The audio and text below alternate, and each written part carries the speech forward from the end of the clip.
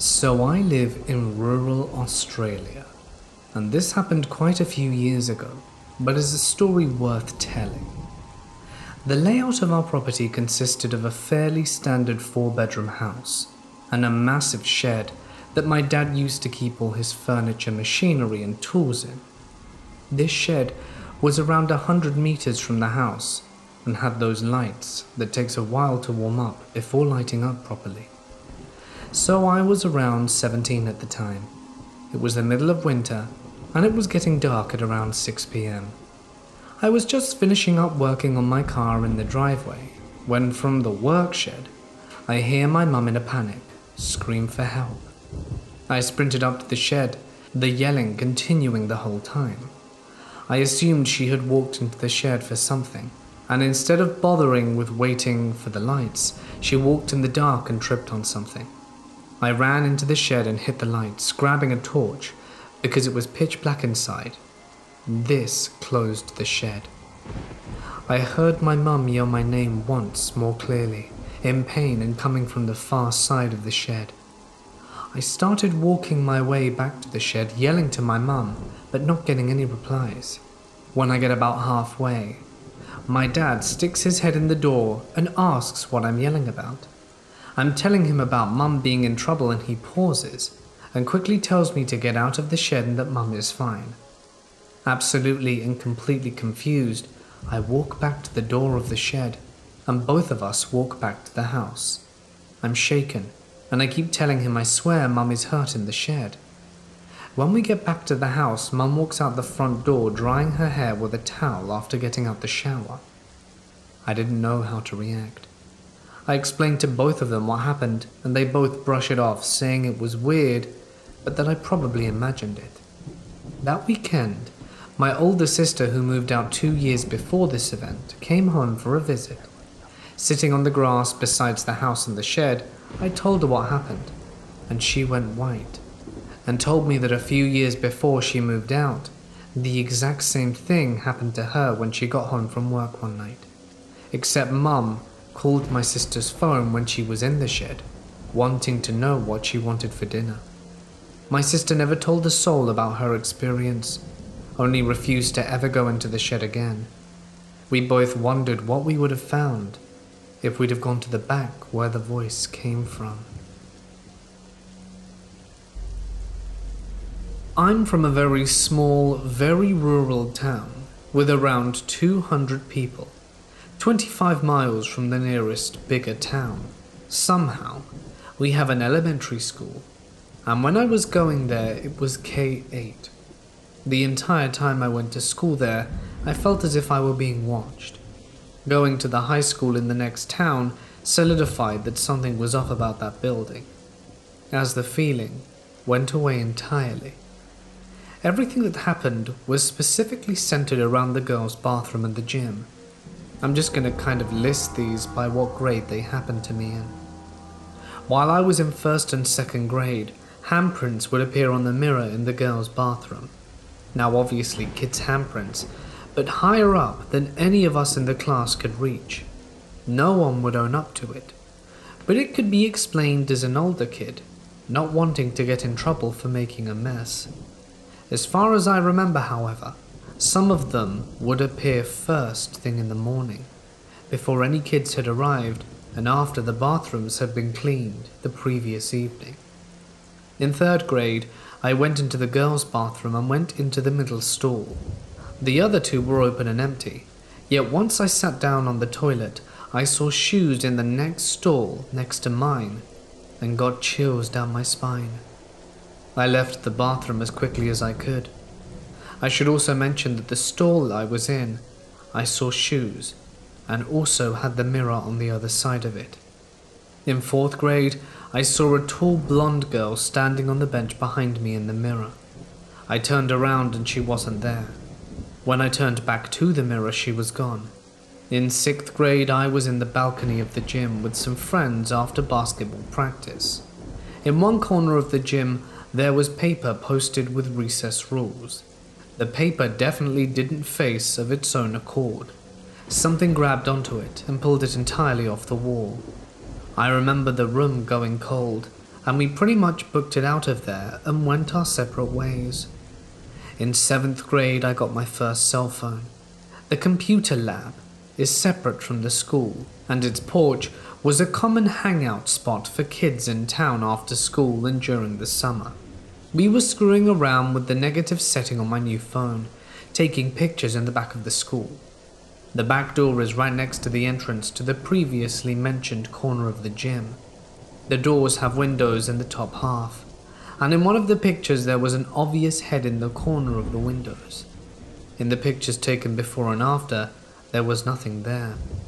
Not sure if it had anything to do with the negative setting, but I'm not sure we would have noticed it without it. No one was in the building. It was probably around July, but I broke that phone beyond retrieving them. In 8th grade, I finally asked my mum if she thought the school could be haunted, as she is not from around here.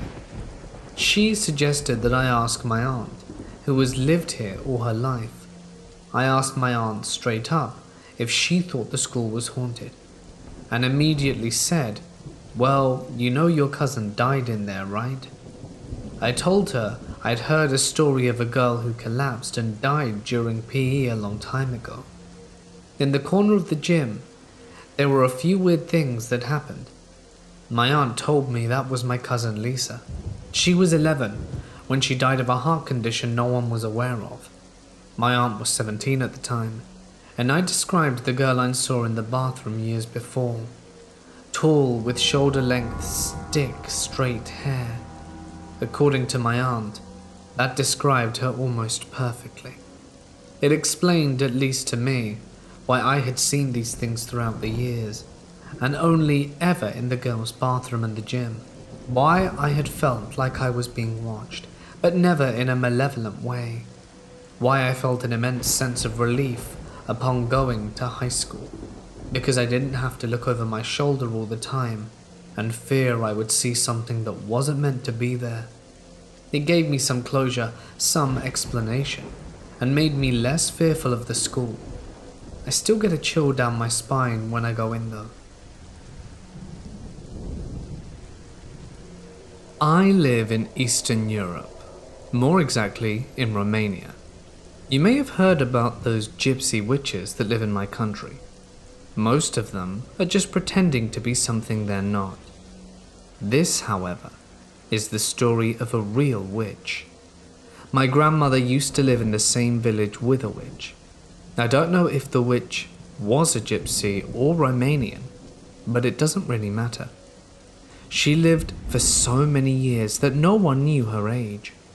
This woman claimed to be a witch, and she had also claimed that she had this demon who served her. She used to talk about the ways she sold her soul one night in the forest while performing a ritual. In return, she gained powers and the help of a demon.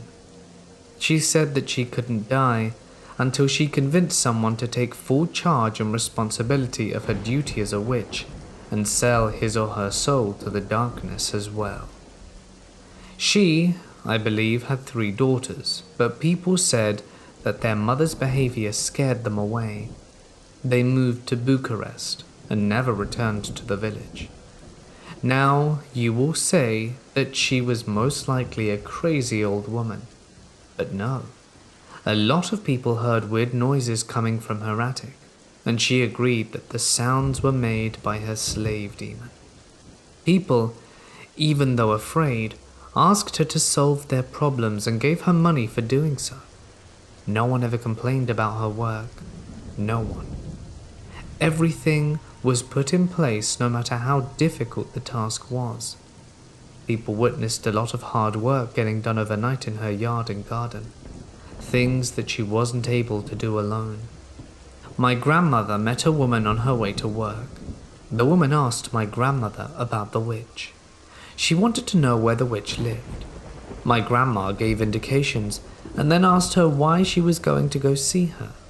She said that a thief broke into her house and stole her savings, and she wanted her money back.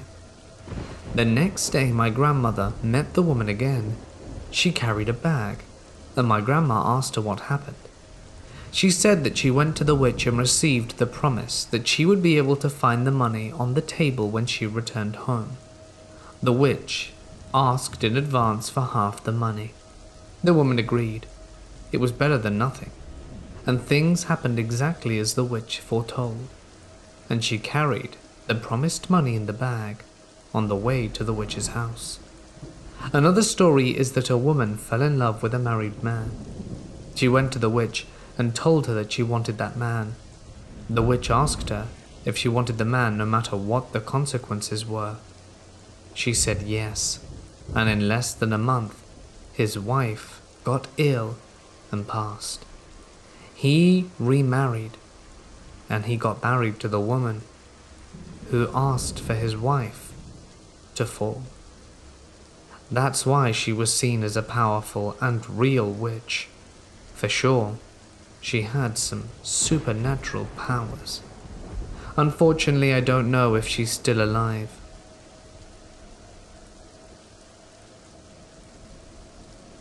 I have played World of Warcraft since its release, and up until 2 years ago when my first daughter was born. I met my husband because of the game and had 2 babies. That game saved me from the cruel reality that I was forced to endure at the hands of my father. I was safe in this virtual world, away from his sick perversion and harsh words and actions. I loved to raid a lot, I mean religiously. And as a 16-year-old girl playing a game dominated by men, I got a lot of attention, 90% of it being negative. This is one of those, although I didn't think so at first. My guild and I were raiding, and our main tank was sick, so we were low for a body for Nax. We found a new tanker from a sister guild and began our raid night. I was a healer and was assigned to said new tank. He was super nice, very talkative, and we talked a lot that night, even long after the raid had ended. We even went so far as to exchange MySpace and email. His name in-game was Razor, so that's what I always called him. My name in-game was Chastity, so that's what he called me. We didn't use real names, and I'm so very glad that never happened. We spoke for ages, and I was thrilled to discover he lived not 25 minutes away. Now, seeing as how I was a 16-year-old girl, I posted way too much information on MySpace.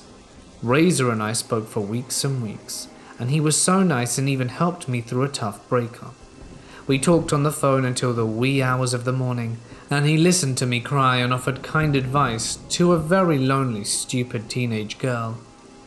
Keep in mind, he said he was 27 at the time. Looking back at this now, I realize how creepy it was becoming a lot earlier than I noticed it back then. He started flirting, and I must admit I flirted back too. But then he got sexual, and as a 16-year-old girl I lived for attention. Then his emails got slightly violent. One incident in particular I remember was an email he sent where he told me in graphic detail how much he would like to have me. And stupidly, even after reading that, I still spoke to him. It was extremely graphic. One day after walking my dog through the park, I returned home to the phone ringing off the hook. No one was home, which was normal as both my parents worked a lot. I answered it and it was him. The first thing he said was, "I saw you today. You're so cute." He described my dog, everything, what I was wearing and even my makeup. Why didn't you say hi?" "Oh, I didn't want to scare you. You know me, if you saw me, I have a lot of scars, mostly on my neck." Even back then in my stupidity, I started to get scared. "Yeah, from what?" "From glass." All I remember him next saying was, "Can I come in?" I slammed the phone down, grabbed 2 of the biggest knives in the kitchen. I grabbed my dog, a 200-pound St. Bernard, and hauled her into my room. I barricaded my door and heard someone pounding the front door. The pounding continued for what seemed like hours until it got dark. I jumped at every single noise I heard until my mum got home. I never answered any more of his phone calls or emails after that, though he sent tons and emailed me several hundred times a day. I'm so glad I never opened that door. Everything begins when I was in my early years of high school. My sister, quite a few years older than me, moved out of our family home and into her first apartment. My mum was seeing someone new for the first time in a decade after her divorce with my father. My soon-to-be stepfather's children would soon have a room in our house, which was my sister's previously. It was the summer, and I, a young teenager, often spent my late nights on the couch downstairs, video chatting with friends on my laptop. On one particular night, it was about 2 a.m., and my friends and I had just disconnected out our video call when I heard a peculiar noise at my feet. The sound most closely resembled nails scratching at the pillows near my feet. I was immediately filled with dread, and my legs began to grow colder. My laptop was on my chest, cutting off all view of my lower body, in fear of what, or who I might see if I looked over or around my screen. I called my mother from upstairs. I was facing the stairs, and when she came halfway down the stairs out of bed, I asked her, "What's sitting by my feet?" She angrily replied, obviously, since I had woken her, "Nothing. What's the problem?" I felt better, but not enough to stay downstairs. I went upstairs and climbed into bed for the night. I always sleep with the TV on and my door open, and fell asleep just fine, but was awoken abruptly in the middle of the night. It's Always Sunny in Philadelphia was playing. It took me a moment to realize what was happening, but I soon grasped what the gang was doing. They were digging up a grave to steal the jewelry from a corpse or something like that. I was really too young to appreciate the show. And soon after, the characters opened the uncovered coffin, and the camera showed the rotting corpse wearing a white dress. The camera zoomed in on the rotting skull, and my bedroom door slammed shut. And the same scratching sound from earlier grew louder on the pillow right next to my head. I pulled the blankets over my head and forced myself to fall asleep to escape the hell I had found myself in. Some time passed with no further activity. I found myself in the hospital. My sister was giving birth to her first son. I started to tell the story to my aunt, who had lived in the house as a child. She explained that these sorts of things were in no way strange. I was perplexed. She described that when she was younger, a woman would often appear behind her at the top of the stairs. She described that my mother had seen the same woman as a child, but as an adult never admitted it. Actually, whenever I brought it up, my mother only slightly smiled. I believe it was part of her coping process in order to continue living in the house for years to come. Soon after my sister got out of the hospital, I brought up the events to her. She was very calm and described that when she lived in the house, a woman in a white dress would come down from the attic, walk into her room, and stand there silently staring at her. She described the woman would always have long black hair draped over her face. My sister told me she would often ask the woman what she wanted, and after receiving no reply would ask her to go away, which she respectfully did, returning to the attic. After this, perhaps it was just the fear of what I had been told. I always swore that I saw the same woman lingering throughout the house, always from the corner of my eye, drifting into my sister's old room. Late in the summer, there was a night when my family, which was now me, my mum, and my soon-to-be stepdad, were gathered around downstairs in the living room.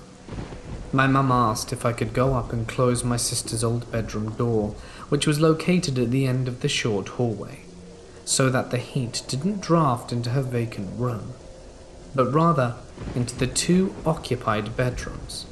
When I approached the dark room, I reached my hand normally towards the knob, but as my hand touched the brass handle, things changed.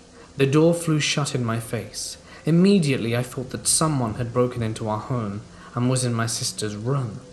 I tried the knob several times, but the door was locked tight. I ran downstairs and explained what happened, and that it was probably wise that we leave the house to call the police. She didn't believe me at first and asked, laughing, that we go upstairs and inspect the door.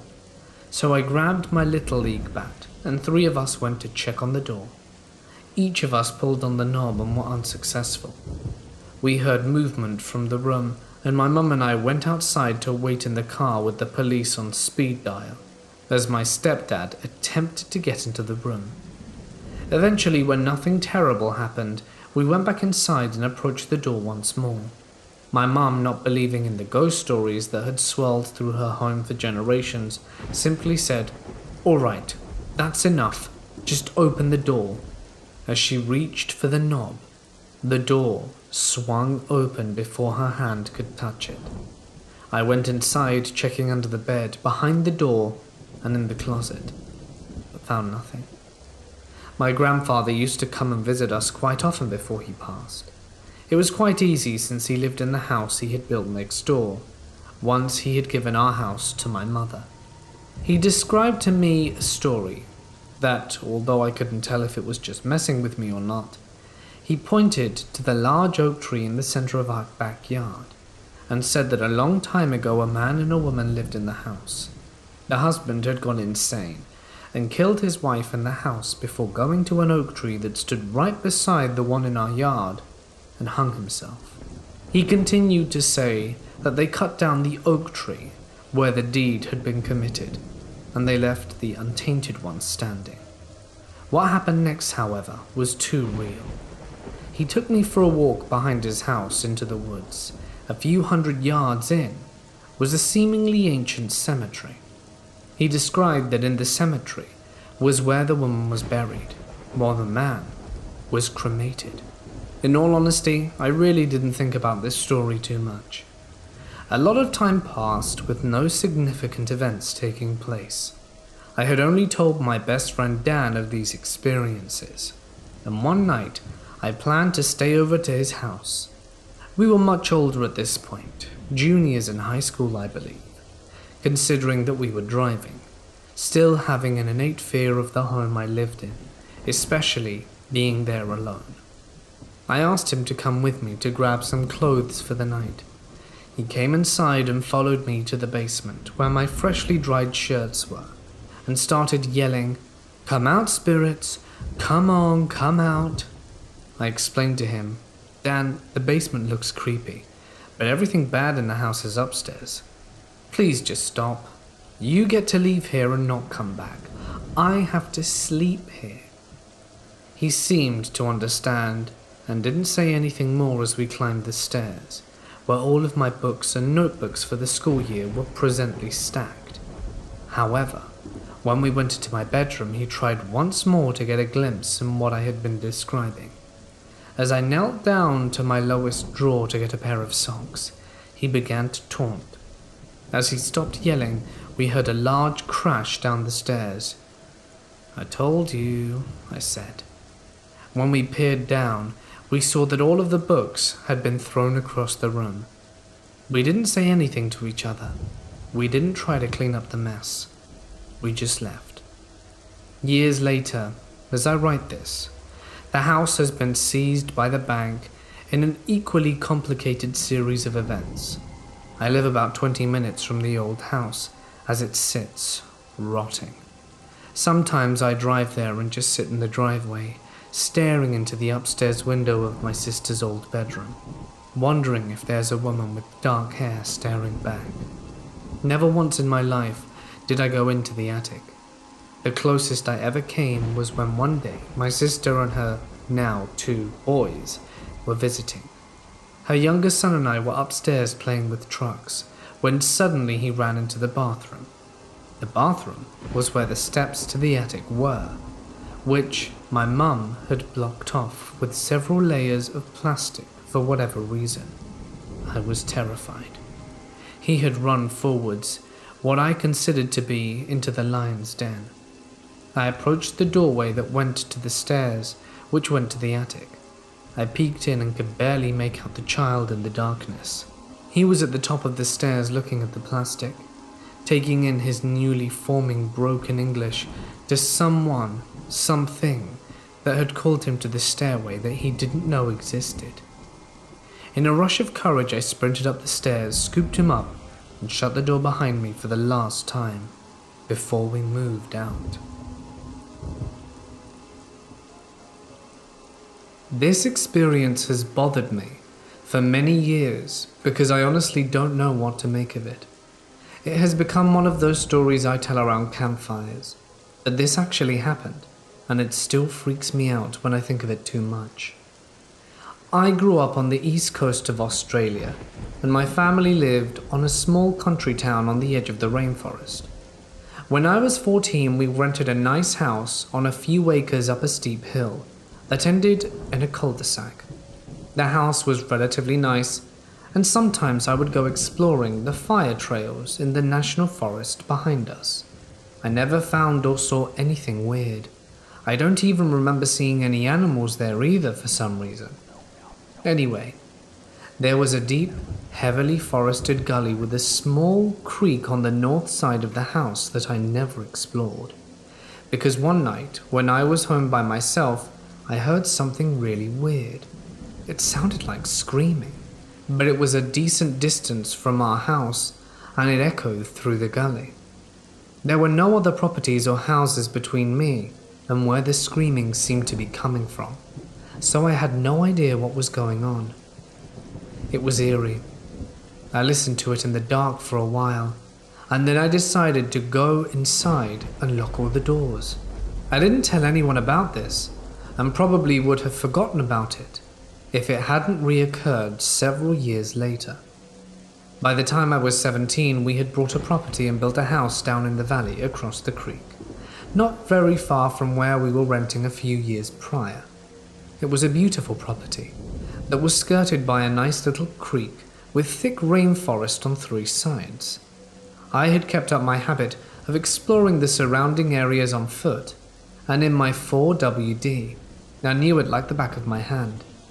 We had a large circular driveway that came down to the house, wrapped around a large beech tree, and connected back up with the road at the top of the property. The east side of the driveway had heavy bushland, and one night, or early morning around 2 a.m., I was coming home from my girlfriend's house, and my parents had left the front porch light on for me. I would always round the driveway and park the car on the east side incline, besides the bushland. As I was locking the door to the 4WD, just as I removed the key from the door, I heard it again, in the bushland, maybe 20 to 30 meters in front of me. But the bush was so thick, I couldn't have even seen a meter into the scrub. The light from the porch just lit up a dark wall of vegetation. It was in that moment I realized that every horrific scream I had heard prior to that moment in my life was not totally real. This one was different. It was real.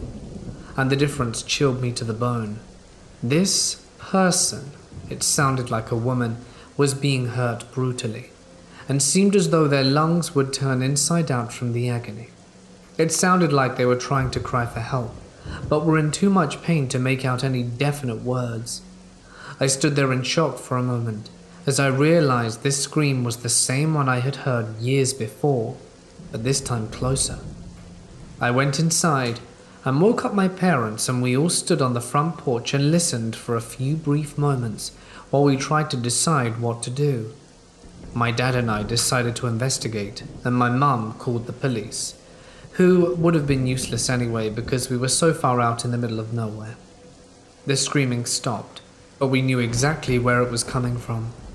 I grabbed a large cane knife, the best weapon I had in a country that outlaws firearms, and my father grabbed our spotlight. We got into the 4WD and drove around the bushland, shining the spotlight in the area where we were sure the noise had been coming from. There was nothing. The police never came. But we drove around for about an hour, thinking maybe the source of the noise could have moved. But the scrub in that area was so thick, they wouldn't have been able to move very fast except on the fire trails we were using, and we covered those extensively in a short period of time, on the 4WD. The next day, I fully expected there to be a news report of a grisly death in our area, which would have been very uncharacteristic of our lazy little town. I thought there was no way of whatever was making that noise would have been able to not leave a huge mess for someone to find, but there was nothing. I told a few people about this experience, but Australians are no-nonsense kind of people and don't put much stock in the supernatural. So everyone thought it was just wild pigs or an owl. I knew it wasn't either of those. My parents and I knew what we heard, and we were sure it was human. One person was convinced that it was koalas mating, and when I insisted that this noise was human, the person said, "Oh yeah, that's what everyone who hears it thinks." So I thought that might be a possible explanation, but only for my own sanity. As far as I know, the noise was never heard again, and a few years later my parents and brother moved out of state, and I was living in the US for university and was sharing this experience with some kind of friends late one night, and the point that koalas mating was kind of a funny punchline. Except this time one of my friends, who was obviously interested in the relations of marsupials, said, "Have you ever looked up on YouTube to see if the sounds match up?" I hadn't. So we spent a bit of time looking up videos of koalas mating. There were quite a few, and not one video sounded close to what we heard. So back to square one, with no explanation. Anyone have any idea what this could possibly be? I lived in the RGV, living in Edinburgh, but grew up in Rio Grande City my entire life. My grandma told me stories of her encounters with the lechuza when I was a kid. I was usually skeptical of mystical tales, but when it came to my grandmother, I bought her stories. It wasn't until I had my own experience that I was fully invested in other old wives' tales and folklore. I was out at a friend's ranch north of Rio Grande City with my buddy and a cousin of mine, a mutual friend and my buddy's dad. We were putting up some fence posts and barbed wire so we can corral some stray cattle that had wandered onto the property and keep them there until we found the owner. The sun was setting, so we decided to call it a day. We built a bonfire close by and huddled up in an unfinished ranch hand's house, basically a concrete slab surrounded by 4 walls and no roof. We were drinking and just shooting the breeze and telling stories from high school, when eventually we got to stories of the paranormal. My buddy is a huge skeptic, mostly because he's afraid of it. So he kept trying to steer the conversation away from ghosts and such. I decided to share a lechuza story my grandmother told me. Once I got to describing the creature, we heard an ungodly screech, almost ear-piercing. We all turned to look in the direction of the screech, and before my eyes can adjust to the darkness, I hear my buddy screaming that it's a lechuza, and he hauls ass to the main ranch house a few hundred yards away. I turn back to the darkness and see a giant silhouette of an owl perched on one of the posts we had driven earlier in the day. It was massive, so naturally I did one of the 2 things they tell you never to do. I whistled at it. This thing screeched again and spread out its wings. Its wingspan had to be in at least 7 feet in each direction, so 14 feet. The fence posts were spaced about 16 feet apart, and its wings almost spanned half the distance. Scared out of my mind, I pumped my chubby, tree-trunk thighs as hard as I could and ran. As I had the back door to the ranch house in view, I got to see my buddy run in and close the door behind him. My cousin and our friend got there moments later too, and I hadn't noticed they took off right after my buddy, and were kicking and pounding on the door nearly in tears. I get about halfway there and look back to the unfinished house and see the gigantic bird perched up on one of the walls, its face catching the moonlight as it cocks its head sideways, kind of how a dog does when they hear the owner make a strange sound. In the mere moment of its face being lit up, I swear I was able to make out human-like features with a bonfire lighting up the area behind it. I finally reach the ranch house and my buddy's dad opens the door and we're almost in tears. I rush in, close the door behind me, and my buddy's dad demands to know what's going on. Trying to catch my breath, I tell him with the others adding their points of view as well. We all look out the back door to see if it's still there, and just try to convince ourselves that we saw a regular owl, and my buddy's dad called us some rude names between chuckles. We scanned the horizon, and I'm armed with a baseball bat I found at the back door, my buddy with his firearm, and there's no bird. We got back with flashlights, me, my bat, my cousin, and a few weapons. We got back with our equipment, and our friend stayed back at the ranch house. He was done for the night. We get back to the bonfire to snuff it out. Smokey the Bear was always kind of an influence on me, and we investigate the surrounding area. My buddy's dad breaks off from the group to check out the fence post to make sure they're undisturbed, while we just hang back to think what happened. After a bit, we go join my buddy's dad and find him standing in front of the post we had originally seen the lechuza perched on. We never told him which one specifically, so I was kind of surprised to see him at the one. And then we saw the claw marks. It was Friday night. My weekend had just begun. I was on Xbox Live and playing Overwatch and eating now cold pizza, like lots of my friends were. I was kicking considerable ass more than I usually would at this game, and was on fire. For non-Overwatch players, that basically means you're doing really good. At around 2 AM, I decided to step up my game and go into competitive mode. I got into a match at King's Row, and I was playing Pharaoh on defense. I got a 15-player kill streak, but noticed 5 of these kills were on the same guy, a Bastion. I remember his username. The match goes on for another minute, and then I get an invite to a party.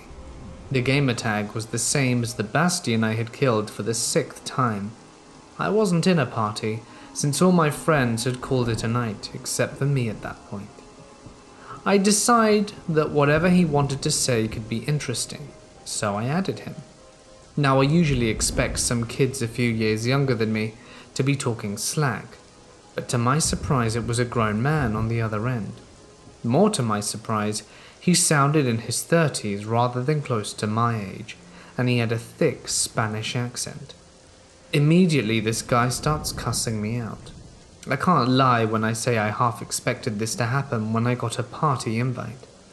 Now, I have the mentality that when you're a jerk to me, I'll return the favor, and replied with the classic, "Oh, you mad, bro?" The guy doesn't acknowledge what I say. Instead, he starts raging on me and saying how he's going to do terrible things to my entire family. Some of the things he said sort of shocked me, but I was just like, "Bro, take a chill pill." "No, I don't want..." And then he stopped. I noticed why.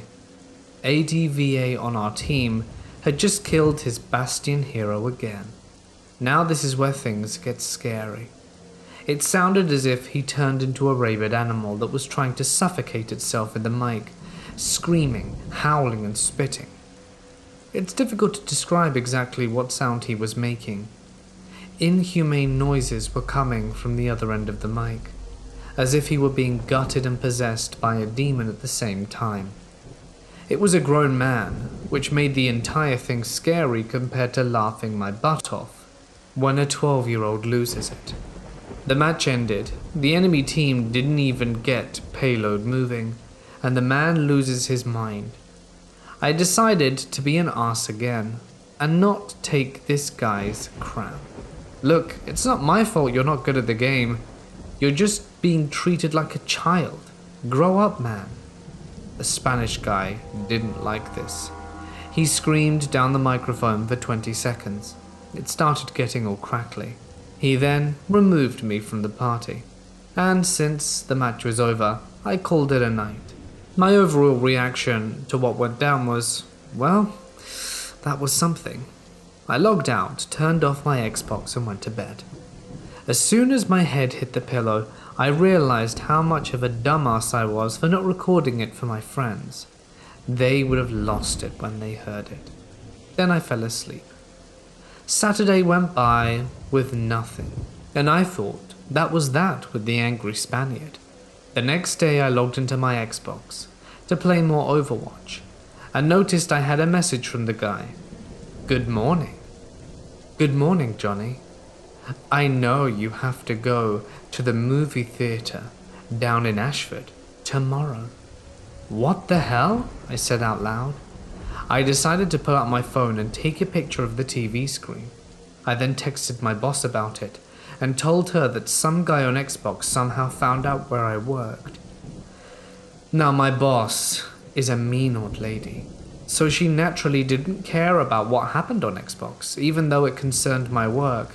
She just blew it off and told me I still had to come into work the next day. Jurassic World Fallen Kingdom and The Incredibles 2 were both hot then, and it was going to be busy. I ended up coming in next day at 5:30. It was pretty boring and busy like I predicted, up until around 8, when a super short guy came in through the door. It was loud and crowded, but the guy hollered my full name, some thick Spanish accent, the same one from Xbox. It was him. I still to this day don't know where he got my info from or why he decided to come all the way out to where I worked. The theater fell silent. I just walked to the back room where my boss was and told her that the guy from Xbox was inside. She repeated, "I don't care what happens to you on Xbox, get to work, we're busy." I repeated to her that the guy was inside the building. I didn't know if he wanted to hurt me or not, and that I was going to call the cops. I called them, and it wasn't until they arrived and spoke to me privately in the back room that my boss ended up taking me seriously. The Spanish guy was still inside the lobby, and the cops put him in cuffs and walked him out. This is according to my boss, as I was in the back room and couldn't witness it. I still haven't heard anything from them, and I still don't know how he found my information or why he came all the way to where I worked, and I still don't know what he planned to do to me. Either way, I'm still a bit shaken up over it. I don't know if he knows my home address or not, and I'm pretty much on guard 24/7. Either way, I own 2 dogs that can scare anyone off, but I'm still pretty terrified of this guy. I contacted my police department a little later and heard they had taken the guy on Monday, so I have the satisfaction knowing that he didn't get away. They're still being stingy on the info and won't even tell me his name because of all the security garbage. I'm waiting for a full report on this guy. They promised they would give me one soon. I don't know how long it's gonna be, but I'm just gonna try and not focus on that guy for now. So insane, pissed off guy from Xbox Live that stalks teenagers and visits them, I hope I never have to meet you again. I was dating a girl on the rifle team I was on. We stayed late after school and practiced shooting. We were in ROTC. This was in Alabama, in the 90s. We stayed up until 7 p.m, then her mum would pick us up. We'd normally wait in the band room because it looked out onto the parking lot. This night it's late, dark, cold, winter time, and the only people in the building are me, her, and our sergeant major, who was a tunnel rat in Vietnam, by far the hardest and most intense man I'd ever known. And the dude really inspired me. Great example of humanity. Anyway, me and her are standing in the band room, looking out this window, when about 6 feet away from us this huge double set of tubular bells suddenly starts vibrating and shaking violently. I turn and look at it, and before I can say anything, the whole instrument flies at us, flipping over at the end. It crashes past me about 2 feet away and smashes into the wall on the other side of the room. I hit 100% pure flight or flight panic. I don't look at her. I don't say, "Hey, did you see that?" I just bolt and run as fast as I could for the sergeant major. I didn't look back. I didn't stop. I find the sergeant major in his office, and only then do I stop and turn around. She's half a step behind me, completely pale. We freak out, tell him everything, and he just tells us to stay in his office and goes to look. He comes back a minute later and asks if we were messing with the bells, because they are a mess on the floor, and we say no, and explain it again. The sergeant major just nods, and we all wait in his office. Then he escorts us out to her mum's car, through the band room. That was the last I ever heard about it from him. Me and the girl stopped seeing each other, and I've lost contact with her. But I'm positive she would tell the exact same story. I have been fortunate enough, in my brief time on this earth, to have had many paranormal experiences. I recently noticed activity has spiked at my house as well as my girlfriend's, but the activity at my girlfriend's is much creepier, unfortunately for her.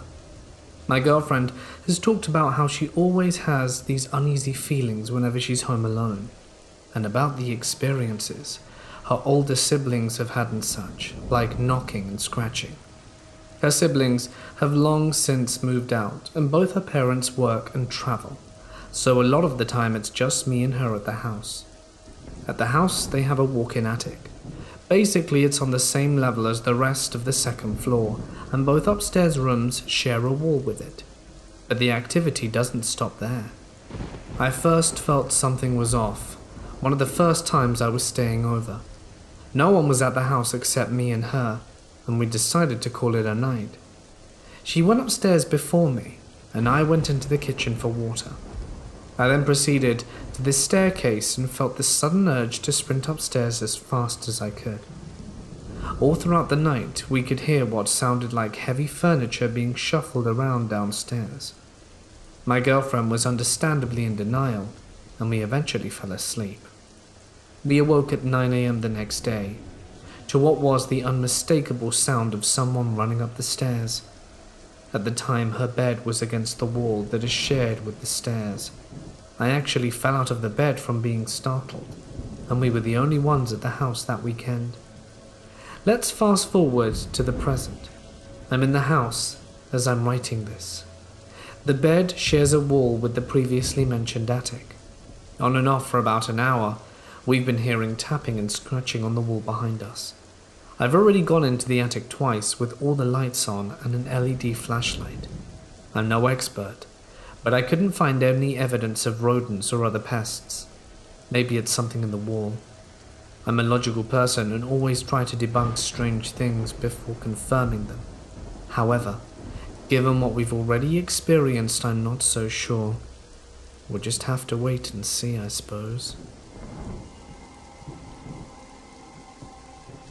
I live in a very small town of about 100 people in rural New South Wales, Australia. This happened when my friends and I were 14.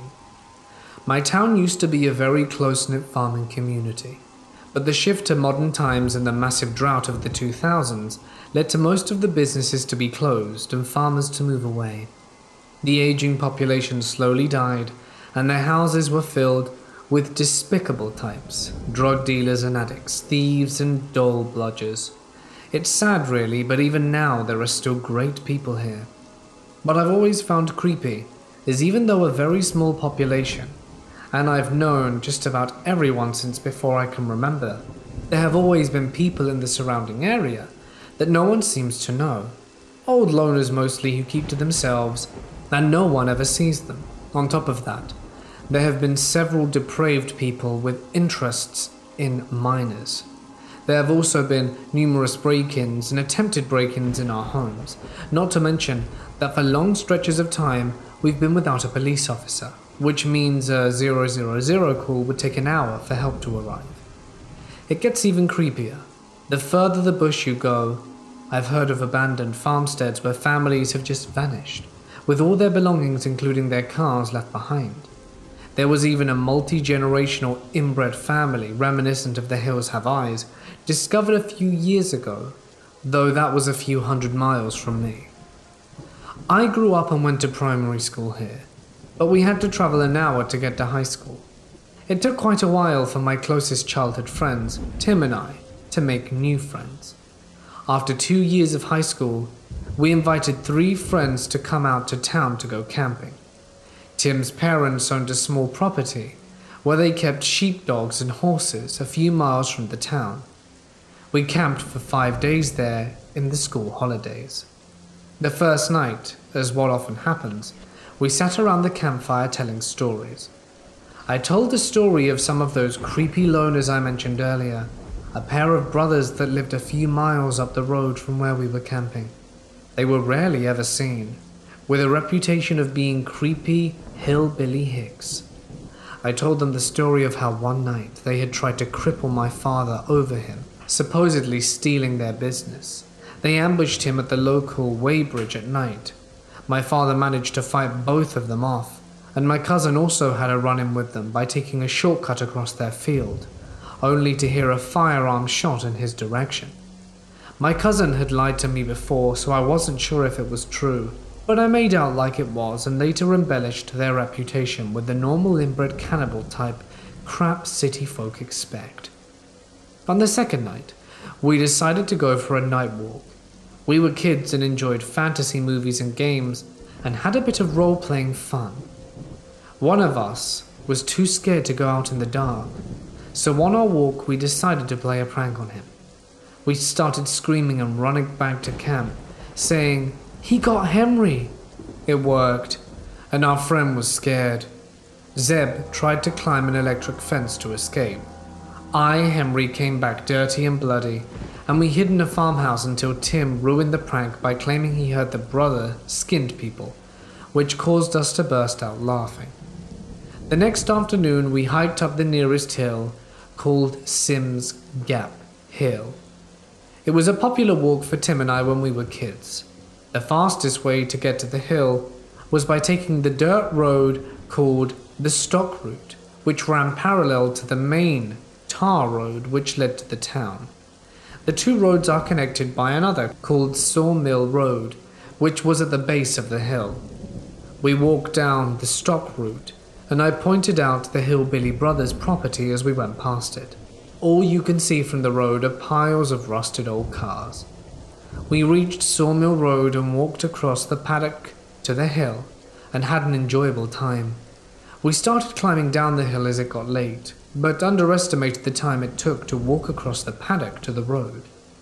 By the time we reached the road it was night, and of course, it happened to be pitch black. As we started walking down Sawmill Road to the Stock Route, a pair of massive bright headlights turned onto the road from behind us. Naturally, we got off the road, which meant disappearing into the thick patch of trees between the road and the brothers' property. As the lights caught up to us, the vehicle started slowing. Up until then, we had thought it was a farmer's ute, but now we realized it was a very old, very loud tractor. Not wanting to be questioned by any meddling adult, I tried to encourage the guys to hide. The tractor slowed right down and flashed a spotlight into the trees and then sped away. The guys asked me who it was, and I said I didn't know. As we continued walking slowly, we saw the tractor turn around the Stock Route and then into the brothers' property. Now I was unnerved. The tractor came roaring down the fence line, and I yelled at the guys to run. We ran until we came to a small, well-hidden ditch, which we jumped in and lay very still. The tractor stopped right on us, and they shined the spotlight over the trees. It didn't illuminate the ditch, luckily. The driver stopped and got off the tractor, walked over to the fence, and I peered up and saw the silhouette of a dirty, disheveled man with messy hair standing at the fence line looking around. In his hands was a rifle. In a nasally, Aussie, hillbilly voice, he yelled out, "Where are you?" We didn't dare move.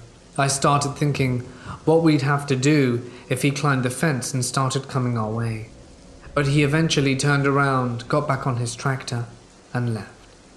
It started with a groan and then rumbled down the other way. I got my friends up and we sprinted towards the Stock Route, ducking under branches and jumping over fallen trees. We hadn't quite hit it when the headlights were behind us again, roaring up Sawmill Road. We made it to the road and panicked. It was still 2 or 3 miles back to the camp, and we wouldn't be able to outrun the tractor. On the other side of the stock route was a state forest, with tens of miles of twisting dirt roads and motorbike trails and goat tracks. Despite how dark it was, with the strong possibility of getting lost, we dove in there. We hid as he went past us again, finding a forest road which led back to the general direction of town. We followed it for a while, wondering if he had given up, and if it was safe to go back on the stock route. Then he was in front of us, blinding headlights roaring down the forest road.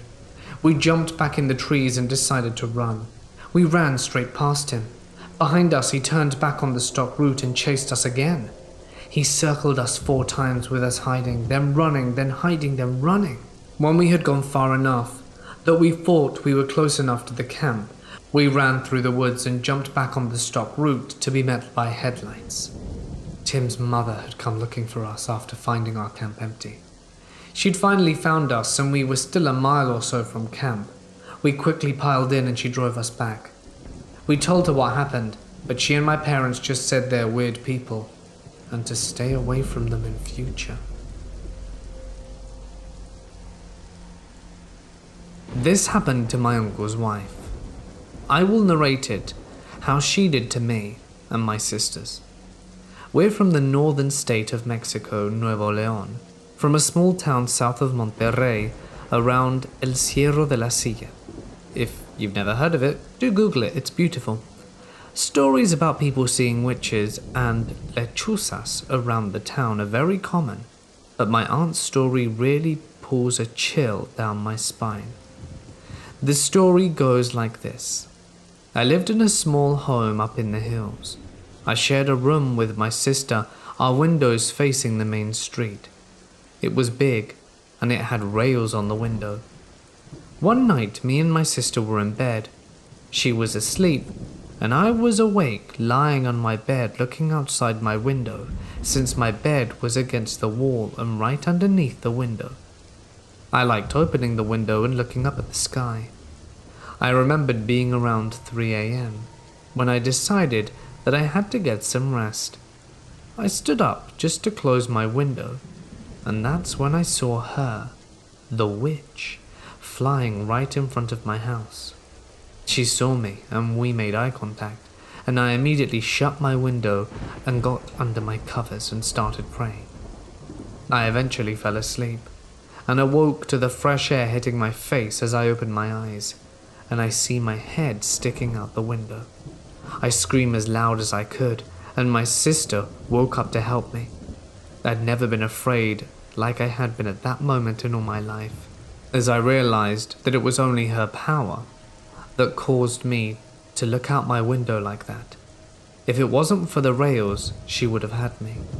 My aunt told us that her grandma would tell that the witches would take kids out their windows at night, and she never believed her until it happened to her. She believed the witch wanted revenge because my aunt made eye contact with her. The crazy part is that until this day, she sometimes wakes up with random bruises or hickey marks on her skin. Well, that's her story. This happened a few months ago. I had just gotten Red Dead Redemption, and while I was playing online, I met this awesome guy named Rick. He's in his 50s, a retired firefighter, and we played together a while, helping me level up so that people wouldn't target a low-level player who is also a girl. After a while, he introduces me to this guy named Black Wolf Angel or something like that. He seemed pretty cool at first, this new guy. We would hang out on RDR, shoot lots of bandits, and do gang hideouts. After a while, we became somewhat good friends, and he then started to lightly flirt with me every once in a while. I let it slide, being the kind person I am, and I made it my goal to not get a so-called Xbox boyfriend, so I tended to avoid flirting on there. We would normally hang in parties or with Rick, but one time he invited me to a party and I'm like, "Oh, okay, he and Rick want to play." But I was dead wrong. He began to flirt super heavily with me, and I acted like I had to go, and I left. For weeks he would spam me with party invites and messages saying, "Hey sexy, I really want you." It finally got to the point where I was sick of him, so when he invited me the last time, I answered, and he started with the usual flirting, and I just said, "Look man, I'm not interested in any kind of relationship right now, so please lay it off." He agreed and stopped for a few days, but then he broke the silence by sending me a message saying, "I'm thinking of ending it all because of you." I flipped out on him and started to cuss him out and tell him to never contact me again. I told Rick about it all, and he told me he stopped talking to him a few days ago for the same reason. So for a while everything was cool, but then I started to get phone calls and text messages saying the same stuff he used to say. I answered one said call and told him to leave me alone or I'll get the police. Thankfully he stopped after that. So to the guy from Xbox Live, let's never meet again, you creep. When I was about 5 to 7 years old, I lived in a house with my brother and my dad, where we always saw spooky things happening, and we thought it was haunted. One of the things my brother and I remembers from this house was a scary shadow. I was probably 5, and my brother was 2 years older than me. But I know this was not our imagination because we both remember the same thing. We were walking downstairs while my dad was in the shower, and my brother and I for a split second saw a large shadow behind the bar of a man who looked to be wearing a trench coat and a fedora. It disappeared right after we saw it. Another time our cousin had came over to the house for a sleepover, and he was staying in the hallway upstairs. He was right next to the steps. He was a few years older than my brother and I. He was perhaps 11 or 12 when this happened. But when he was trying to sleep, he heard creaks and ghostly noises. He also claimed to have seen a shadowy figure moving around downstairs. The figure was wearing a trench coat or fedora. In our time at the house, many people have sworn to heard noises from under the porch. My brother and I would never go into the attic alone because we would hear things coming from the ceiling above my brother's room. I haven't been to the house in a long time now, and I'm wondering if we really were haunted by some spirits. I was in around 4th grade at the time. One of my teachers blew the whistle to let us know that recess was over and we had to line up. The teachers did a head count and noticed that one of the students were missing, my friend Annie. Now my school had a few trees on the playground making a little forest. One of the students noticed that there was a girl sitting under the tree. Everyone looked and saw the same thing. A girl with brown hair sitting under a tree, her back turned to us. Anne also has brown hair, so we assumed it was her. We all called for her, but she didn't move, and one of my teachers decided to go and get her. We all watched, waiting for her to fetch Anne, when I felt a tap on my shoulder. It was Anne. She explained that she went to get her jacket from the fence, which was nowhere near the forest. Everyone noticed she was there too, and we all looked back at the teacher who went down to get this girl. She was already walking up from the forest, no girl with her. The other teacher asked her what happened, and the teacher said, "I went down there, and I looked away from the girl for a second and she was gone. There's no way Anne could have walked up from the tree to us without someone noticing. The trees weren't that dense, and we were all watching. Not to mention she came from behind us, where the jacket fence was." My elementary school was extremely old. To make matters worse, just a year prior to this, a man ended his wife's life just down the street from the school. They had 2 kids that went to this very school. I'm unsure what happened to the kids, but one of the kids was a girl that was in my class. But ever since that happened, we haven't seen her or her brother since. Maybe she perished and is now haunting the school. I don't know, but the memory of the ghost girl still haunts me. Norwich is an old medieval city in England and has lots of beautiful and interesting old places to visit.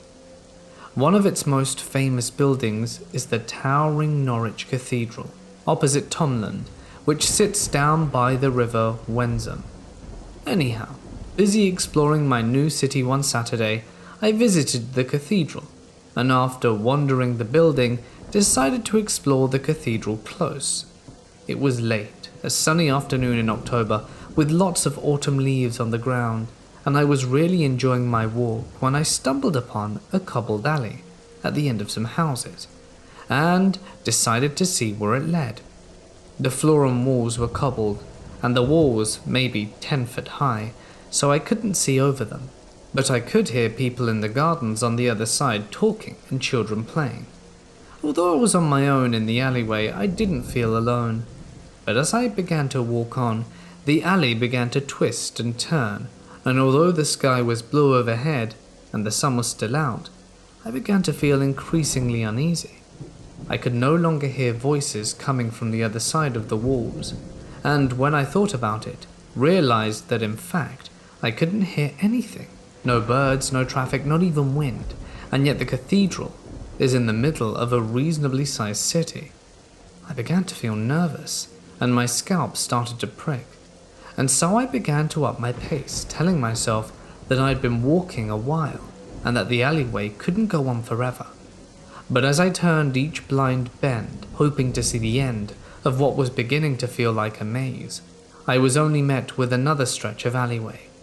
I began to jog, and although I hadn't seen anyone since entering the alleyway, and couldn't hear any footsteps on the cobbles behind me, I had the growing sensation that someone or something bad was following me close behind, and that the walls were pressing on.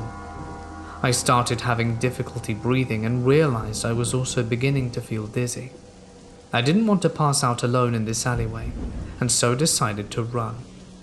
After what seemed like forever, I turned another corner and suddenly sprinted out onto a perfectly normal-looking street down by the river, and the city sounds returned. I realized I was shaking, my hand and forehead dripping with sweat, and didn't have a clue where I was. I sat down on a wall and had a cigarette, and pulled myself together, and then stopped a passerby and asked for directions back to the market square in the middle of town, from where I could find my own way back to campus. It didn't take long to walk back to the market square, but when I checked my watch, it turned out that I had been in the alleyway for nearly an hour. It didn't make any sense, as I couldn't have walked that far, but I didn't want to know too much about it, and told myself that maybe it was all the twists and turns the alley had, and that added to the time.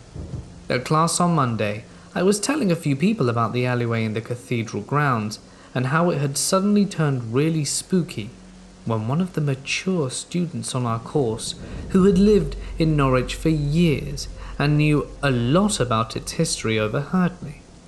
She asked me if the alley was an old cobbled one with high walls that led off the cathedral close, and I said yes.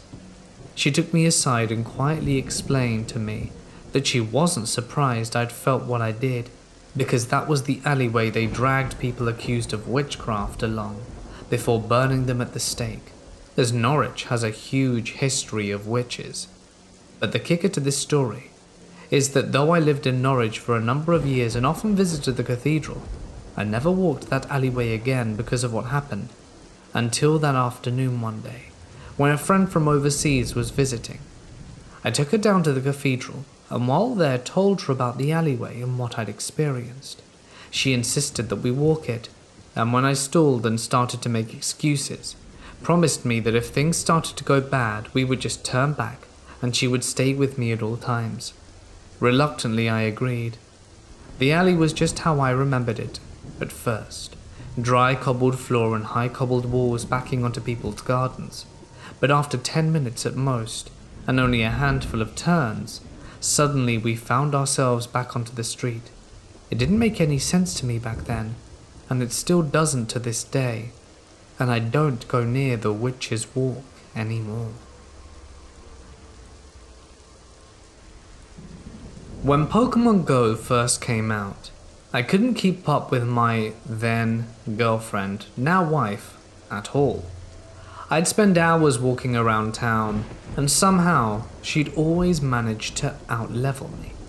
So the only way I figured I'd get ahead would be to sacrifice my precious sleep and traverse and rough the tumbled streets of downtown Salt Lake City until the wee hours of the morning.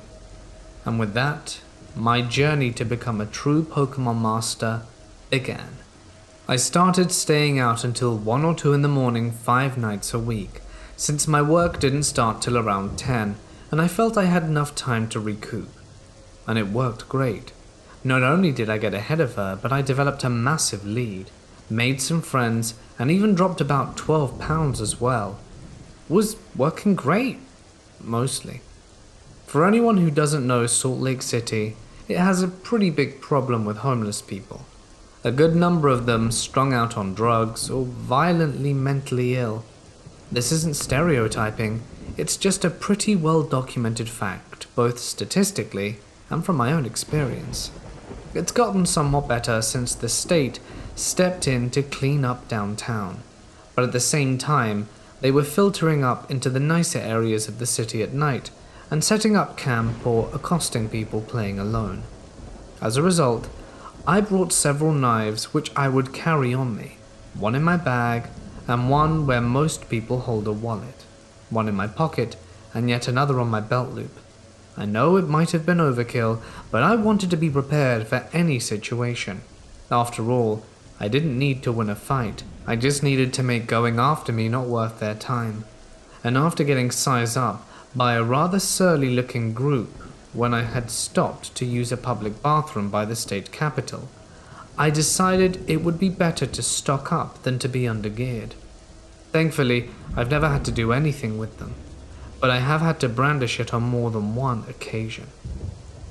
One night I'm walking back from the hill leading up to the Capitol, when I see a guy on the same sidewalk a ways off heading in the opposite direction. At first glance, he seems harmless, but then I see him start twitching his shoulders uncontrollably, and realize he's probably tweaking right now. As he approaches, I can hear him talking to himself. Nothing intelligible, but I think I at least heard him say something about kangaroos are controlled by Interpol. I'd been focusing on listening to him, and hadn't noticed that he'd realized I was there. He began to walk towards me with that sort of purposeful stride that you have when homing in on someone. He was still probably half a block away, and I needed to cross anyway, so I figured that were a good time as any to part company. As soon as I'd stepped away and put my feet into the road, he follows suit and picks up the pace, making a beeline right for me. I unfasten it from my belt loop and palm it just in case. He's still shambling towards me, and I realize I've got one last chance to get out of this without conflict. When he's no more than 10 feet away, I flick it out, casually brandishing it to my side, and there's just enough light on me to make out that I'm armed. The guy stops in his tracks and just walks back to his side of the road as I continue my walk to the throng of people gathered at a small park with 4 stops all lured up in the hope for a dragonite spawn. Sadly, that sort of dedication following such a creepy encounter didn't endear me to the gods of Pokemon Go enough to grant me one that entire summer. I freely admit that I could have been completely wrong about his intentions, but I wasn't willing to take the risk. Thankfully, I've never had another run-in like that again, even on subsequent nights when I went out binge playing until the deep freeze of winter arrived. I've had some really weird encounters with homeless people, including an overly aggressive panhandler who tried to come inside my apartment, and someone who thought walking in front of my car at a green light to keep me from going so he could beg for a ride to court, and I'm not joking with this, was good. But nothing where I actually felt my life was in danger like that night. In fact, my batcrap insane Stalker X scared me more than the homeless do. However, that's an entirely different story for another day. So, crazy guy, let's not meet again. I was living in Australia for a year. I was once a passenger carrier traveling through towns to get to the next destination. We were passing through rural towns in New South Wales that are small but still well populated. We passed by a field/park where families are having picnics, enjoying the day, kids running around and playing. While I'm looking at the park and all the people in it with my head on the window, I all of a sudden see what looks like a grey zombie walking through it. It's walking right by families and people sitting down, but no one seems to take notice of this thing that's sticking out like a sore thumb. No one is looking up at what I assume is a freak in a Halloween costume when it's not Halloween. It's moving slowly and limping like a zombie would, but has a dead look in its eyes and its skin is grey. If my memory serves me correctly, even its clothes are grey. It's wearing tattered clothes and has a Frankenstein monster kind of air about it. That's the best way I can describe it. Like a grey zombie Frankenstein monster. My eyes follow it the entire time while my bus passes the park, which is only for a moment, but the thing that freaks me out the most is how it's passing by all these families and no one is paying any attention to it. The thing is, it didn't necessarily seem evil to me, just sad. It didn't make eye contact with me, it was just walking slowly and sadly through the park.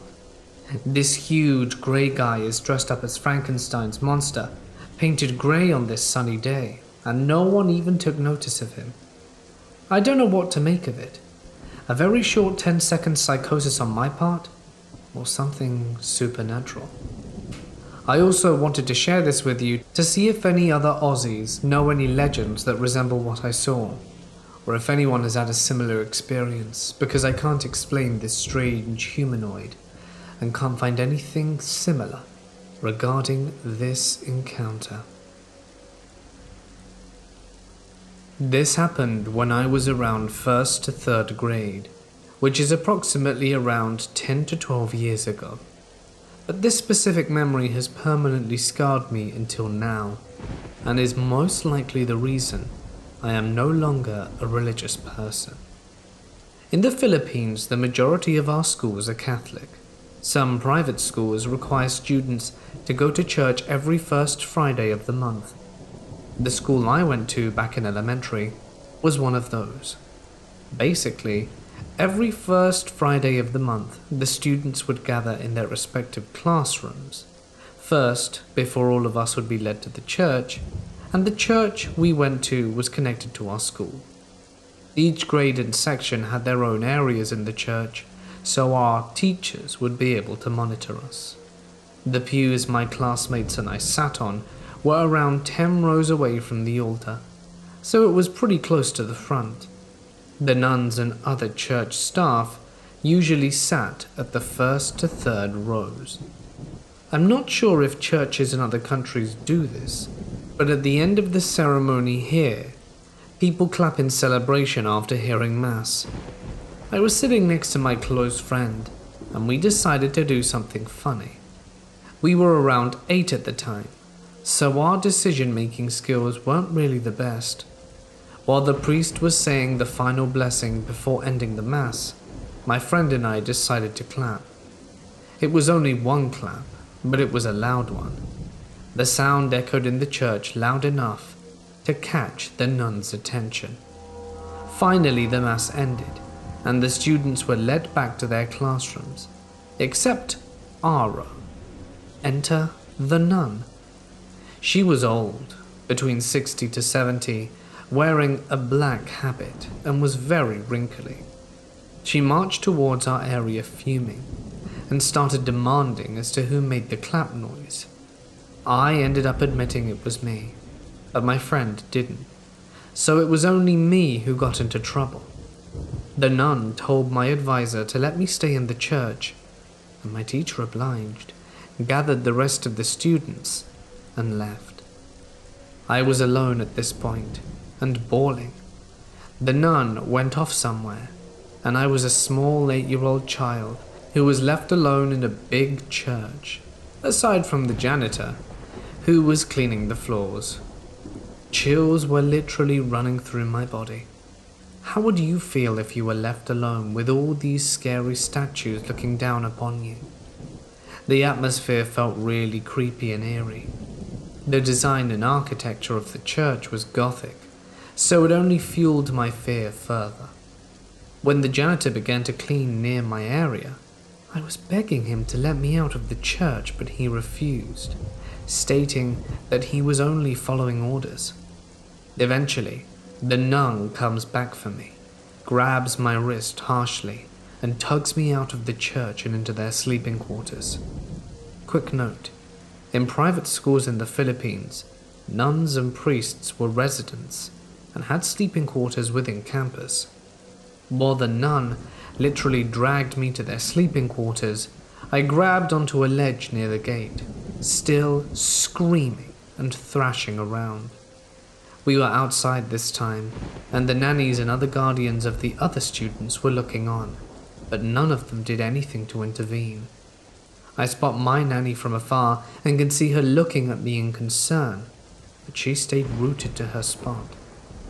Once we were inside the nun's sleeping quarters, she throws me to the bed and begins yelling, telling me what I did was wrong and that I have sinned, and threatened me that she would lock me up in her room for a week.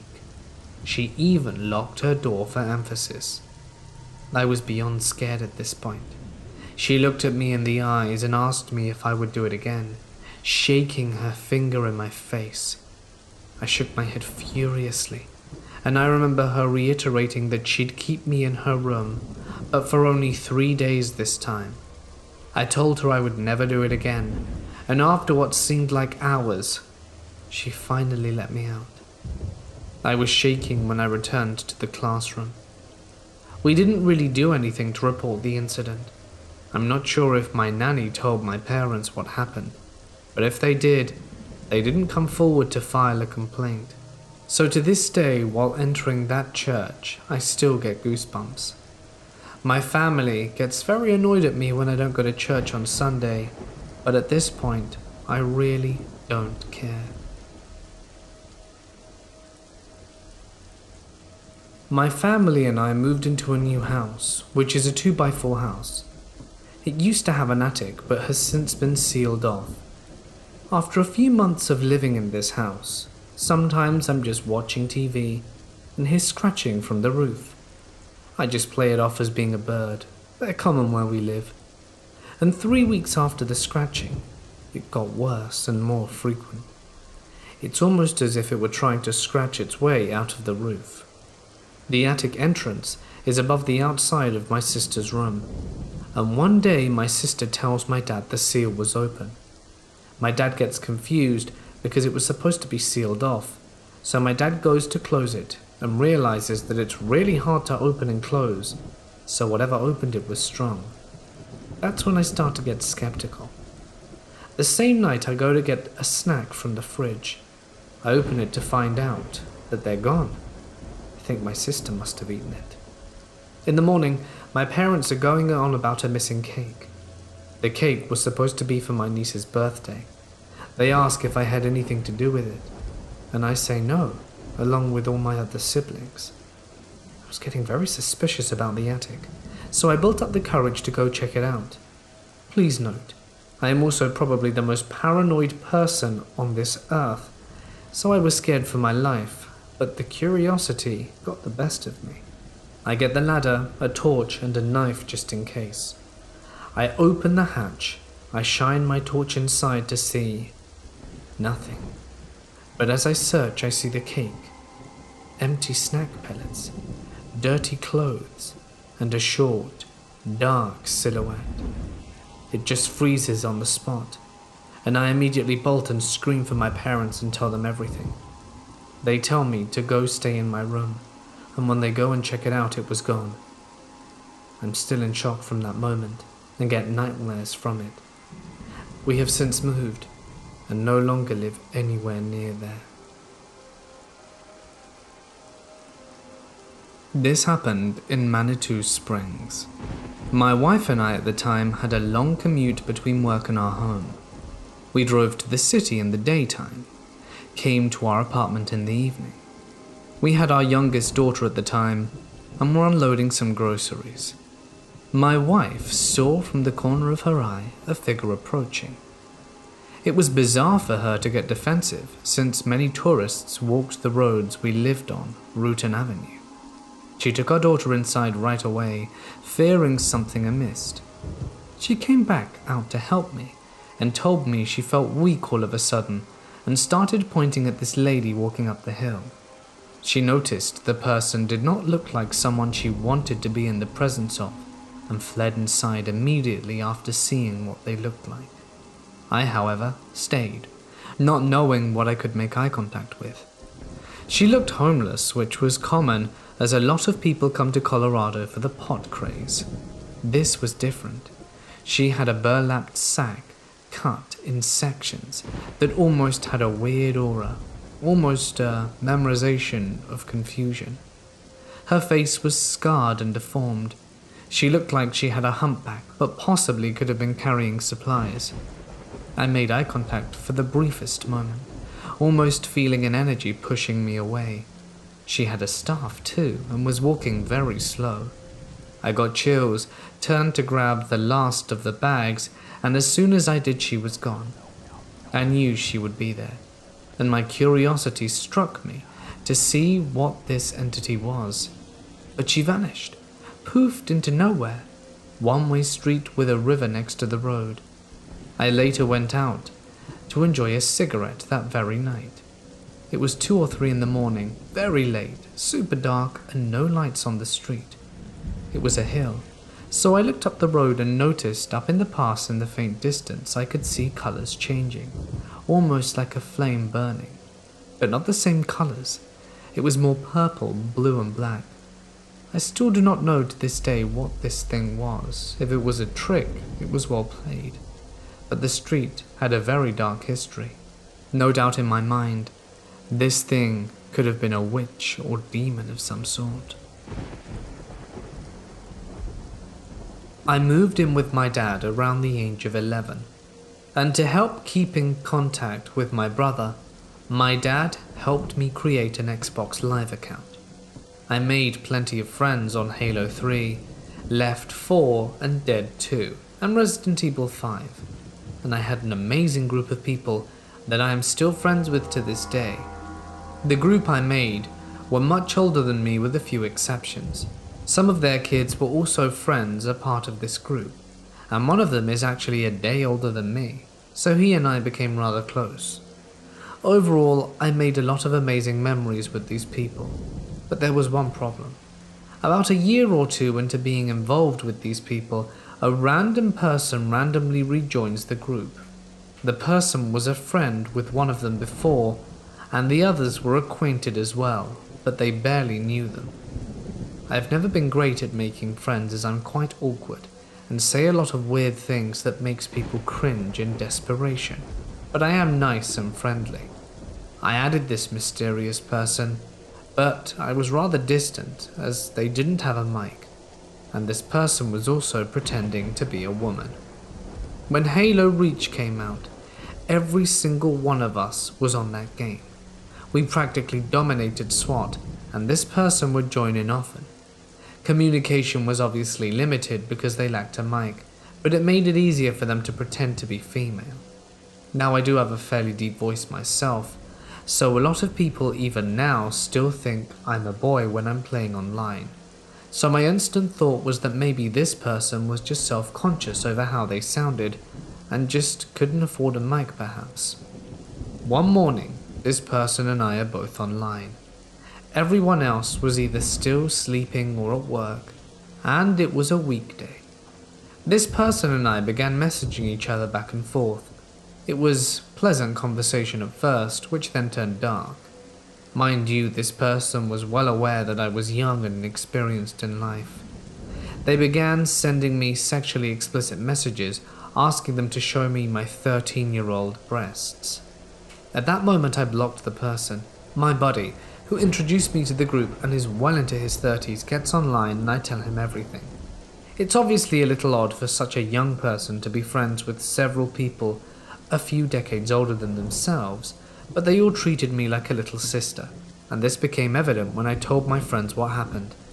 He immediately got defensive and starts messaging the mysterious man that was no longer allowed to join our group, as what he did was disgusting. As everyone in our group began signing on and joining the conversation, we put the pieces together and realized that number 1, this person was a creep, 2, a liar, and 3, a man. They lied about not having a mic and was caught with a mic at a few points during their time with the group. The person speaking was apparently male and then lied about it, saying that the person speaking was her brother. There was plenty of other proof people offered up, but that one was one of the main ones I remember. This story dates back to July last year. It has enough weirdness that I find myself puzzling over exactly what happened quite regularly. My friends' reactions sometimes make me wonder if this is just a big old self-gaslighting experience. But yet, when I go over the details, there is enough deep weirdness that it only leaves 2 real options. I'll let you be the judge. A few years ago, my best friend Toby took a cross-country grand position in Brisbane, a big, tumultuous thing for our group of friends, and amid the 3 AM power-drunk confessionals and promises to not lose touch, was a promise of the road trip. However, life found a way to make our drunk promises seem very disingenuous, and 18 months later, we'd hardly spoken barring a few crowded hours when he'd flown over for a family obligation. Eventually, the stars aligned mid-July last year, and myself, Toby, and 2 other friends, Chris and Alec, were able to get the band back together. Queensland is a weird mix of tropical paradise, dead space, crocodiles, and genuine social backwardsness. Queensland is very, very much the Florida of Australia. Australia is huge. Not just huge, but vast and extremely empty. There is on average 3.1 people every square kilometre, and 90% of those people live in 7 or 8 major cities. If you think Reddit is an echo chamber, you've never had the pleasure of sinking a few cooling fruithies with a good old boys in outback Queensland. The Australian geography makes it really easy to get 100% removed from society, and is something I often appreciate about the country. But the distance can be daunting at times, because if things go wrong, nothing is close. Everything is amplified by distance. Our plan was to fly in, cram 4 dudes and 2 weeks worth of supplies into Toby's family sedan, and straight book it 1,600 kilometers north from Brisbane to Cairns. Being fiscally unendowed, on a time schedule and outdoors inclined, we opted to keep driving most nights until we found an interesting/free campsite to pitch up in, which was a complex process of cross-reference and driver fatigue with the relative passive aggression of campsite comments with the Wiki Camps app, worth every single penny if you ever travel in Australia.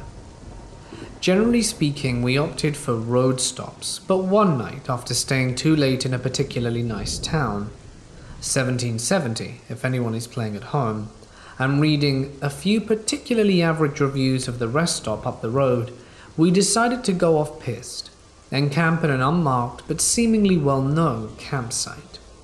Around 9 PM, we took a left off the highway, followed the Wiki Camps directions towards our campsite, about 2.5 kilometers away from the Bruce Highway. Despite the remoteness, we found the campsite, a small 30-meter clearing between the banks of an apparent croc-filled river and tall gum trees already occupied by a single caravan attached to a 4-wheel drive.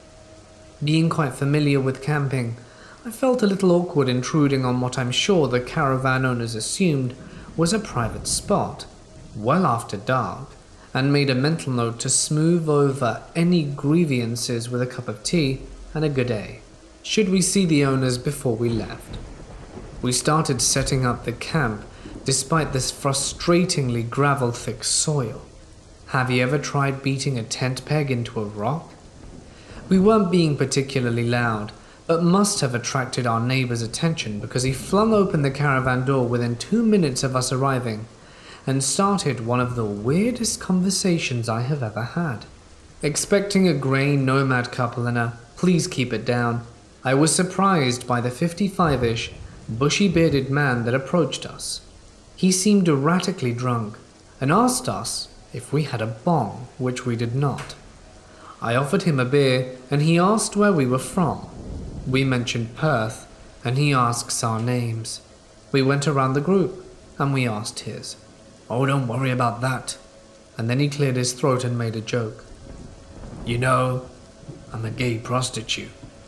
Mutual, unexpected statement silence. "Yeah, I'm great, but the other boys don't enjoy it as much." There was awkward laughter. It was also important to note that Chris and Alec were not particularly interested in this conversation, preoccupied with tents. Minimal attention was being paid, and Toby had made more an effort to engage, but was tending to his swag, and I was more or less solely engaged in the conversation. Despite his awful joke, which I talked up to different cultural sensitivities, I asked us if he minded us camping here, and what was he up to tonight? "Oh no, I'm just watching the State of Origin. Rugby, you know. I'm having trouble making friends." He pondered for 10 seconds or so and then followed up with, "I used to have a good friend, but he was a cross-dresser, so I had to take care of him."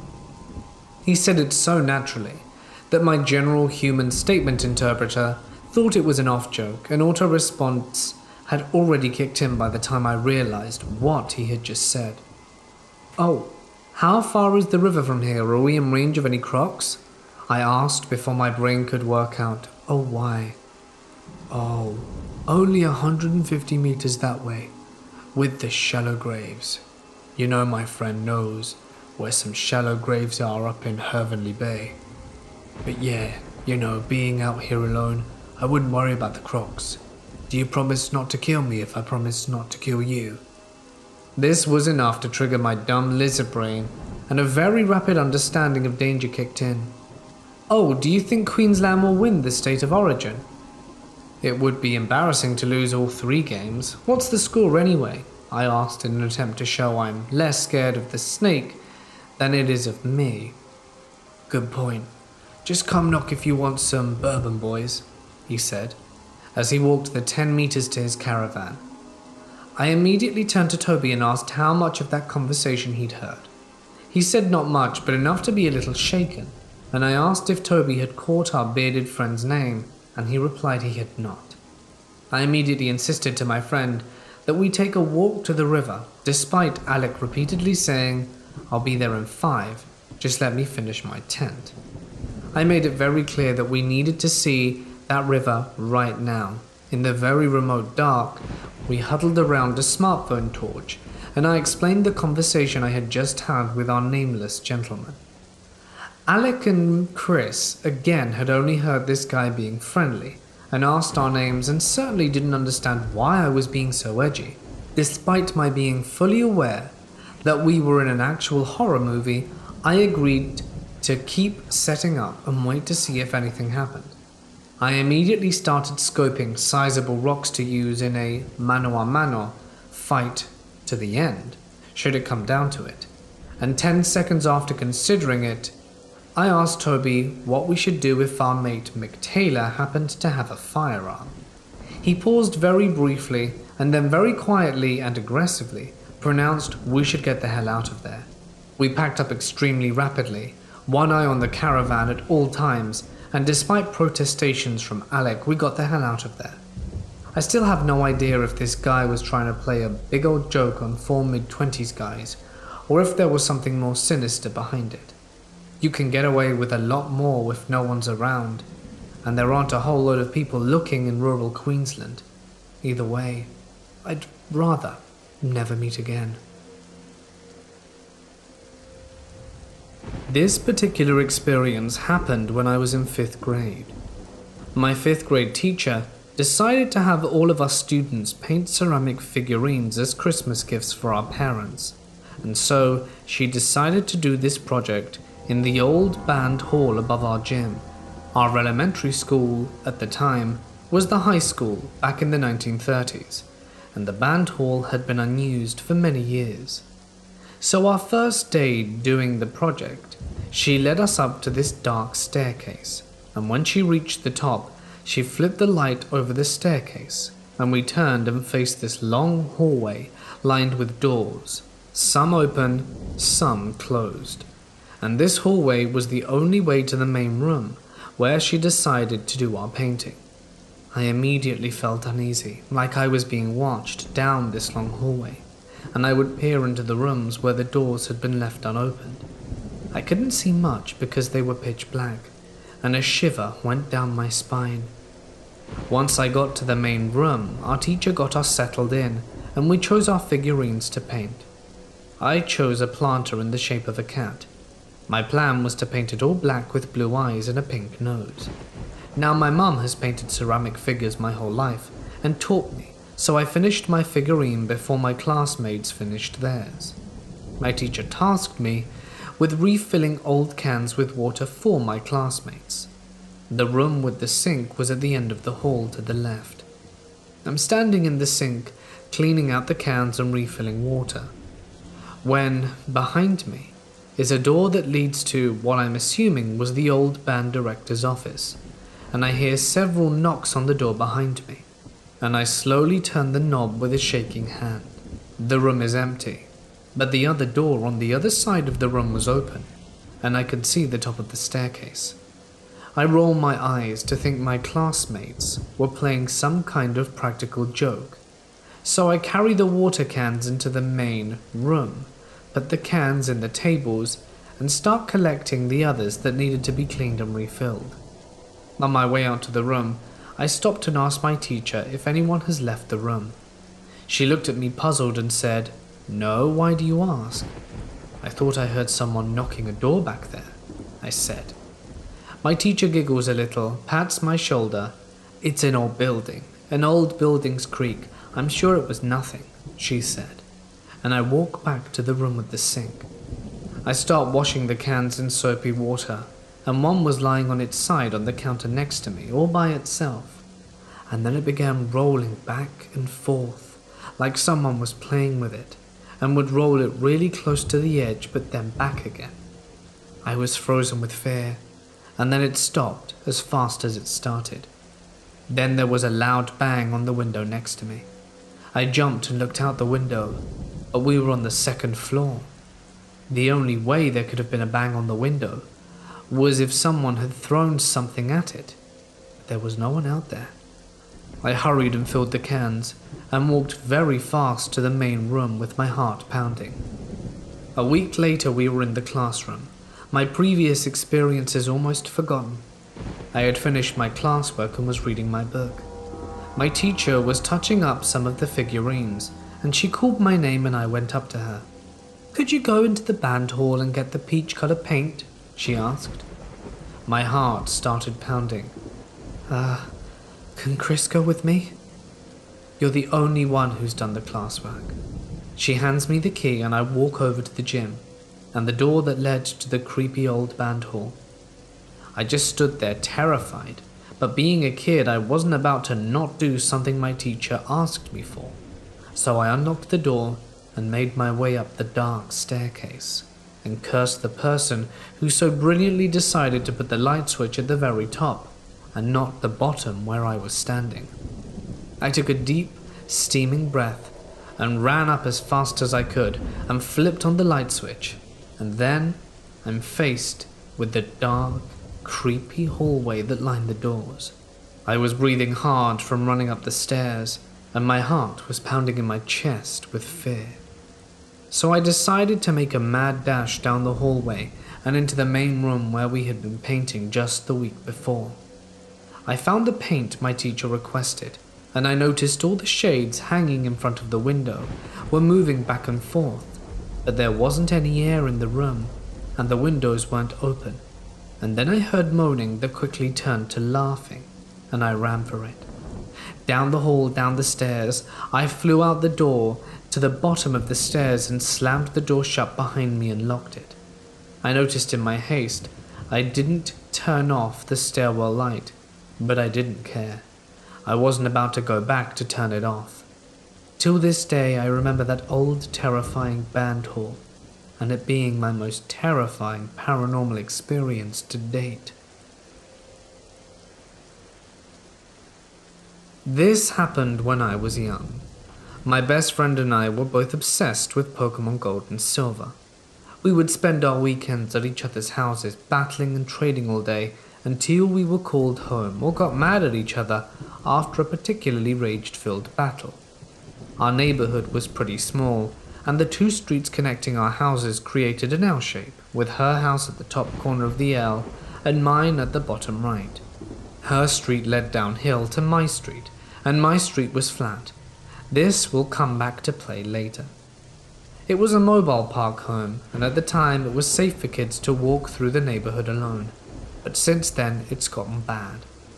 This particular afternoon, I was walking back to my house with my pink Game Boy Color and link cable in hand, probably really stoked to get back home and continue playing.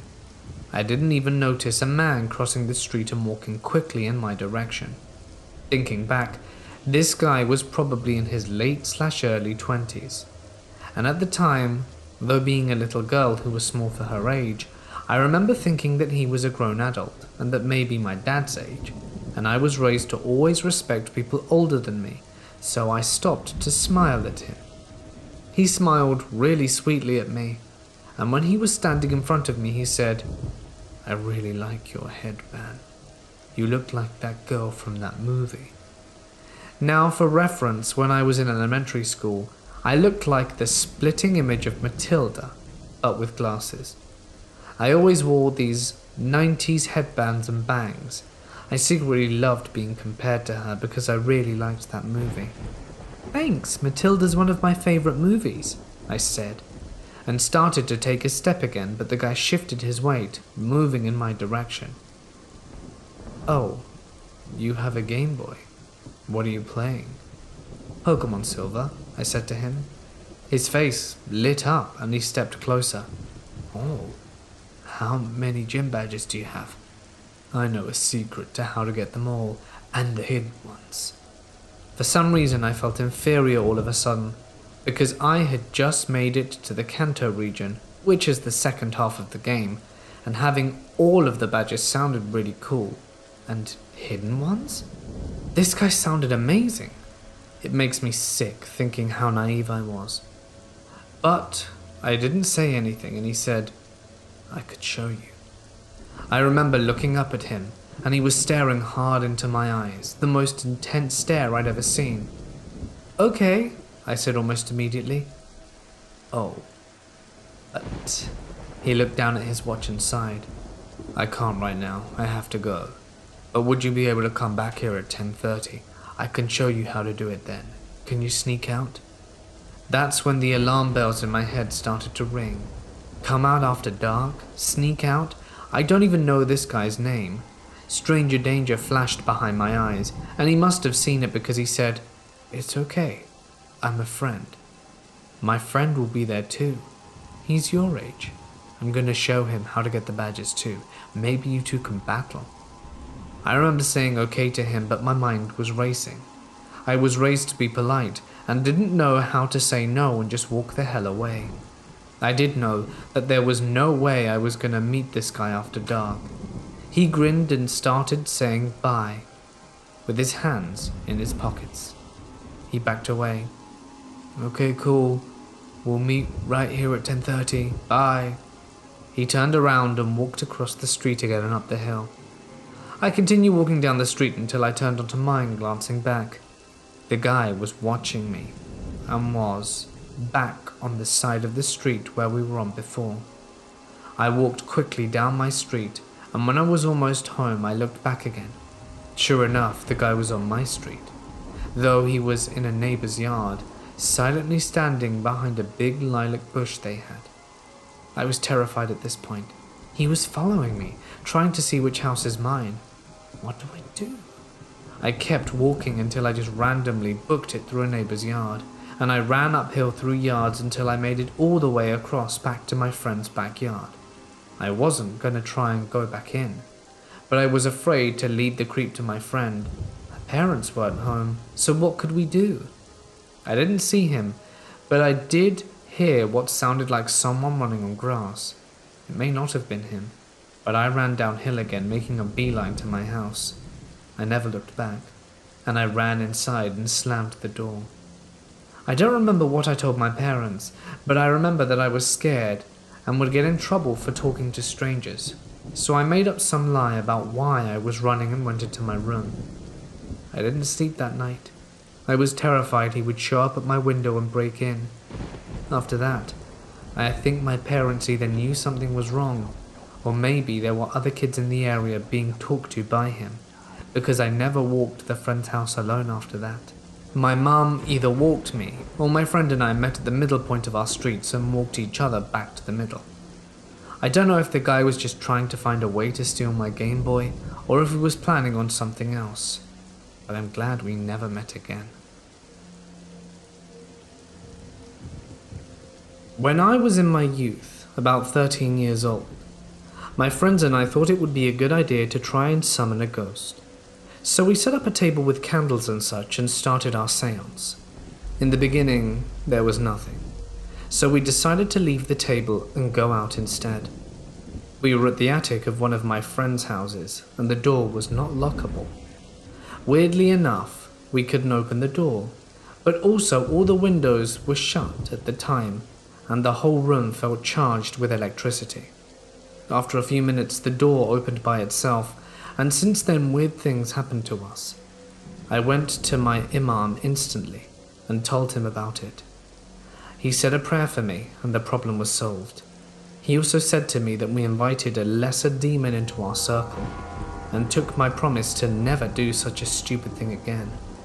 Since that day, I started to study occultism theoretically and witnessed a few exorcisms in which I was really invited by my imam. So I can clearly say that the paranormal exists. I urge everyone to never try summoning anything, because it's not possible to get what you want. You're more likely to summon something far more sinister, which will not rest until it has taken you. Yesterday, I walked into a witch store with my friend. She was genuinely curious and practiced witchcraft. I didn't mind at all. I found it interesting, to say the least. As she was looking for candles, I was exploring the store. The walls were painted black, with only lights dimly lit in the store. There was a section in the back where dead animals were encased in glass jars being sold. It sent chills up my spine and gave me goosebumps. About 5 minutes later, I noticed that my body felt cold. It was a warm, sunny day in the city. Why was I freezing? And then, it felt as if something slipped into my body. It was subtle, and after a few thoughts of wondering and confusion, I forgot all about it. A few hours later at home, I felt pretty tired. It was probably just exhaustion because it was a fun day walking around the city. However, I for some reason wanted to sleep early. It was 6 p.m.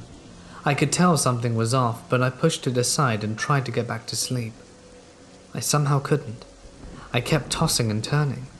Suddenly I was starving. I got out of bed and asked my mum if there was anything to eat. I ate, but couldn't chew normally. Everything seemed out of place. When I walked around, everything was in slow motion. I felt dizzy and fell to my knees. I quickly picked myself up and rushed back into bed. A few minutes later I got up again, but this time the feeling I had was like the urge to vomit, but nothing came out. After many attempts, I had pain in my lower abdomen. It didn't feel like period cramps.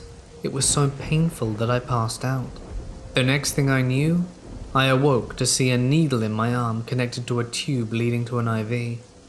I was in the hospital. The doctor said I was fine. Nothing was wrong with my body. I also do feel fine. Right now, I'm currently sharing this and don't feel different or sick. Was there an evil spirit in that witch store that entered my body? If there was, I hope it doesn't choose to return. I live in Australia, so it gets quite hot even during the night, which leads us to leaving the windows open a fair bit for air. But every so often I will hear this kind of otherworldly purr from outside the window. It's like nothing I've ever heard before, but it's always very quiet, barely above a whisper. Once I had a friend stay at my house for the night, and the window next to my bed was open. We were playing a Pokemon Nuzlocke together, and then suddenly there was a loud growl, but from an animal I'd never heard before. It scared the absolute crap out of both of us, and we went straight to bed.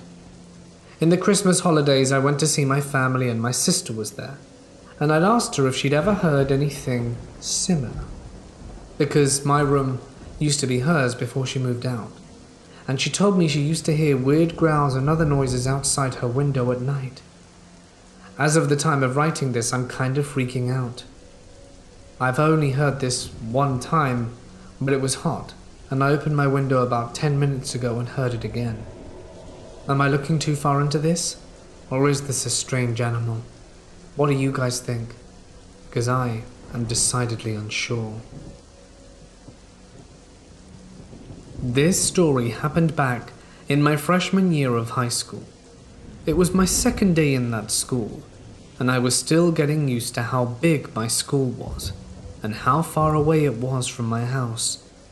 The first time I went to my school was for freshman orientation with my mother. The first period of the day, I got lost and ended up on the wrong side of the school. After correcting my mistake, I went on throughout the day as normally as I possibly could. It was around the beginning of 8th period, which was my last period of the day, when I ran into my best friend. We caught up a bit, when I said I'll continue our chat via messaging, and he said alright, and hurried to his class as I hurried to mine. During our chat, he told me his schedule was a 2 to 9 meeting, meaning he started classes at 8:10 a.m. and dismissed at 2:50. My schedule was 1 to 8. I started at 7:10 a.m. and dismissed at 2.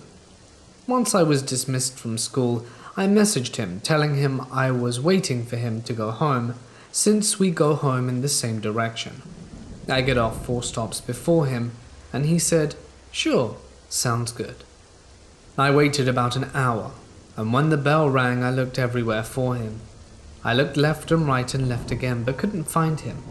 So I continued until everyone had already left the front of the school entrance. I got confused and worried and messaged him again asking where he was.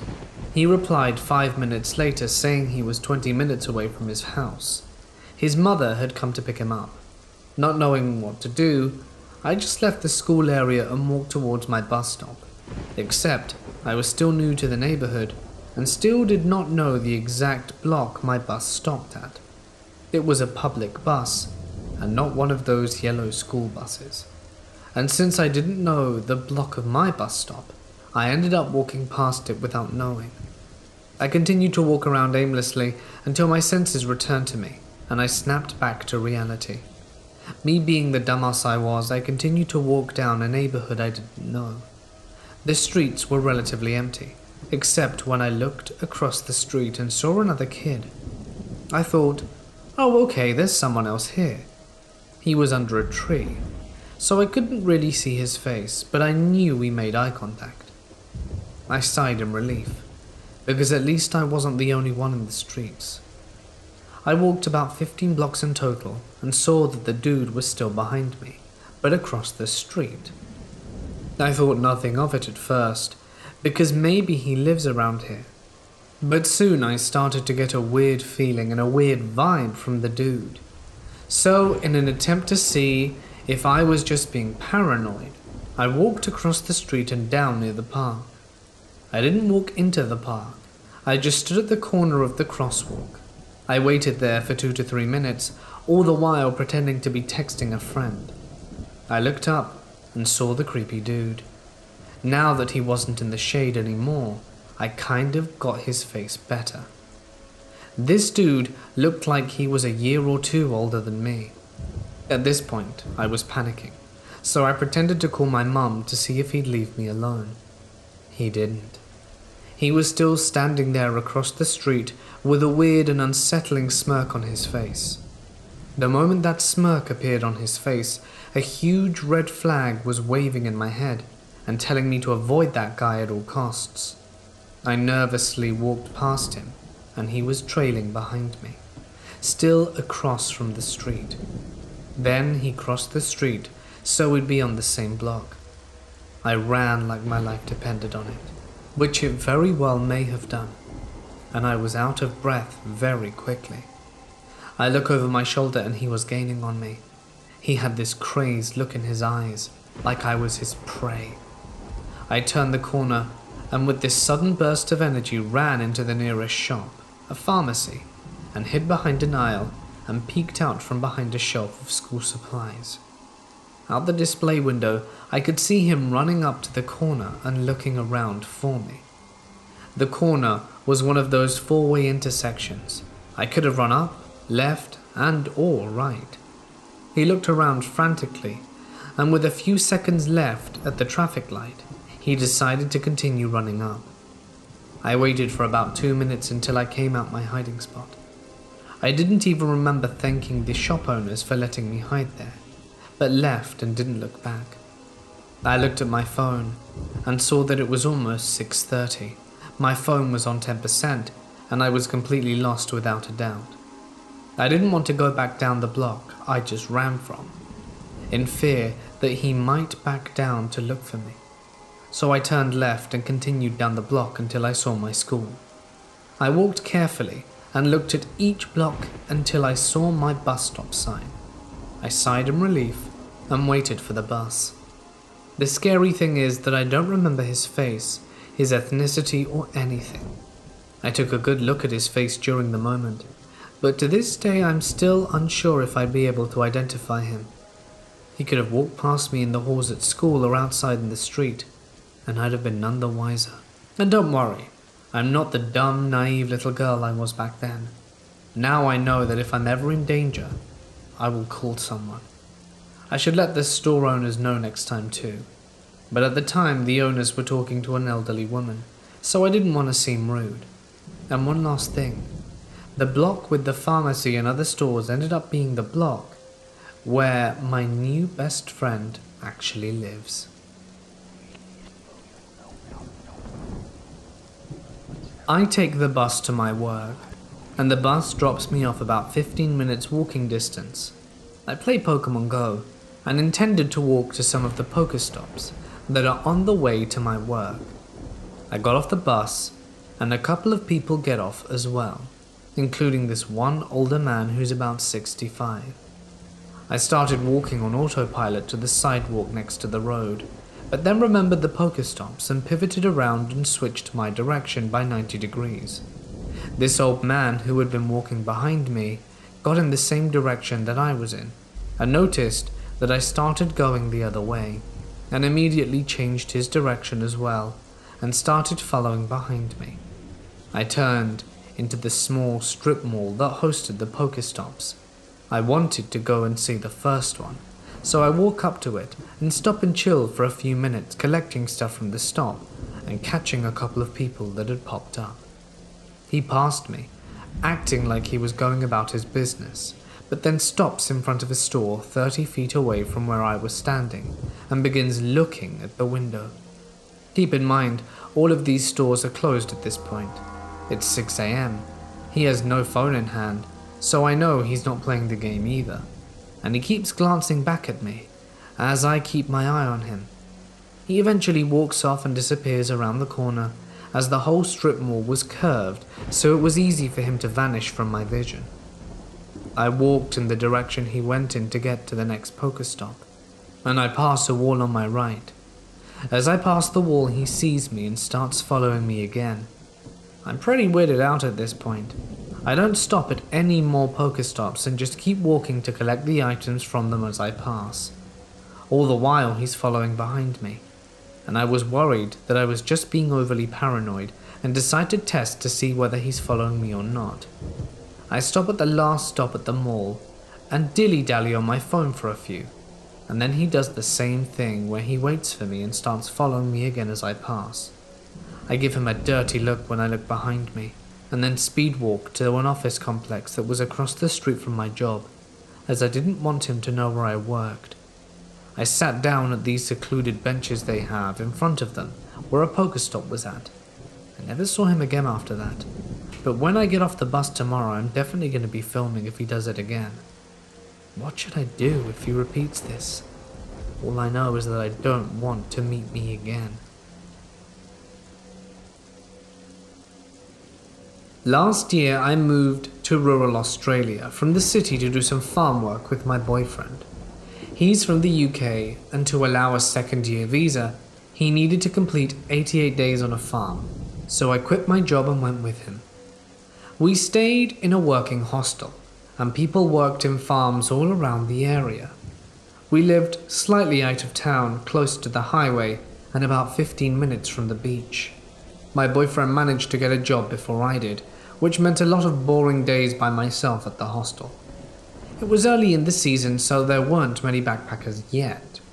Anyway, one of the boring days I decided to maybe go to the beach, so I drove into town. The town is surrounded by 3 beaches, like a square on the edge of the sea, if that makes sense.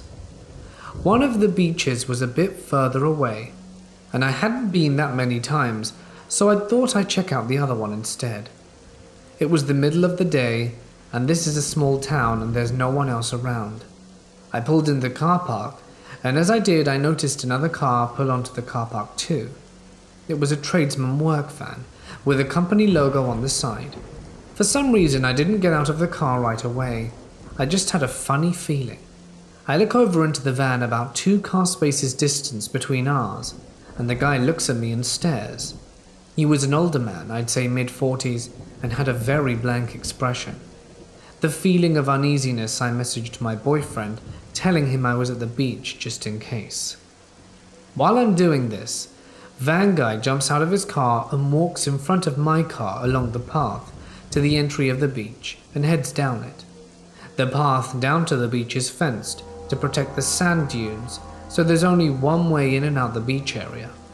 I remember thinking it was weird he was walking down on the beach, as he was in jeans and a button-down shirt, and black shiny business shoes.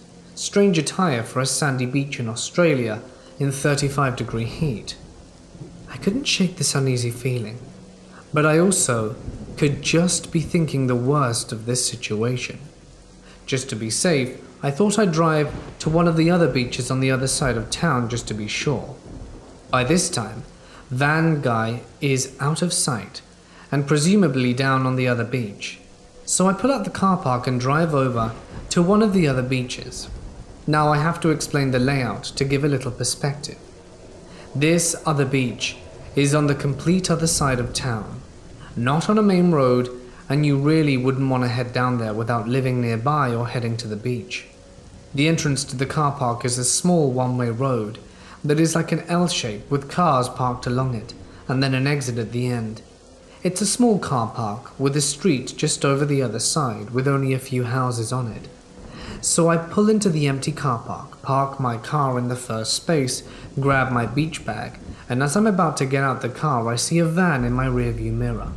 It pulls over quickly across from the street from the entrance to the car park. This time he doesn't get out. At this point I was too freaked out to get out the car. It just all seemed too weird, so I quickly drove home and stayed inside the rest of the day. I just couldn't shake that weird feeling. A lot of strange things happened in that town. It was like a pass-by town people traveled through a lot to get to major cities. Yeah, this encounter was strange though. I never saw the man or his van again, but I didn't venture out on my own after that. I can't help but think what would have happened if I walked down on the beach path. Was he waiting for me? The other thing is that he was at the other beach literally seconds after I was. So that would mean from where he was, he would have had to run up the beach pathway, get into his car to be there that fast. And why park right opposite the entrance? To see if I got out my car? These are the questions that have bothered me about this scenario. Do you think I'm paranoid? Or did he have any intentions? I guess we'll never know.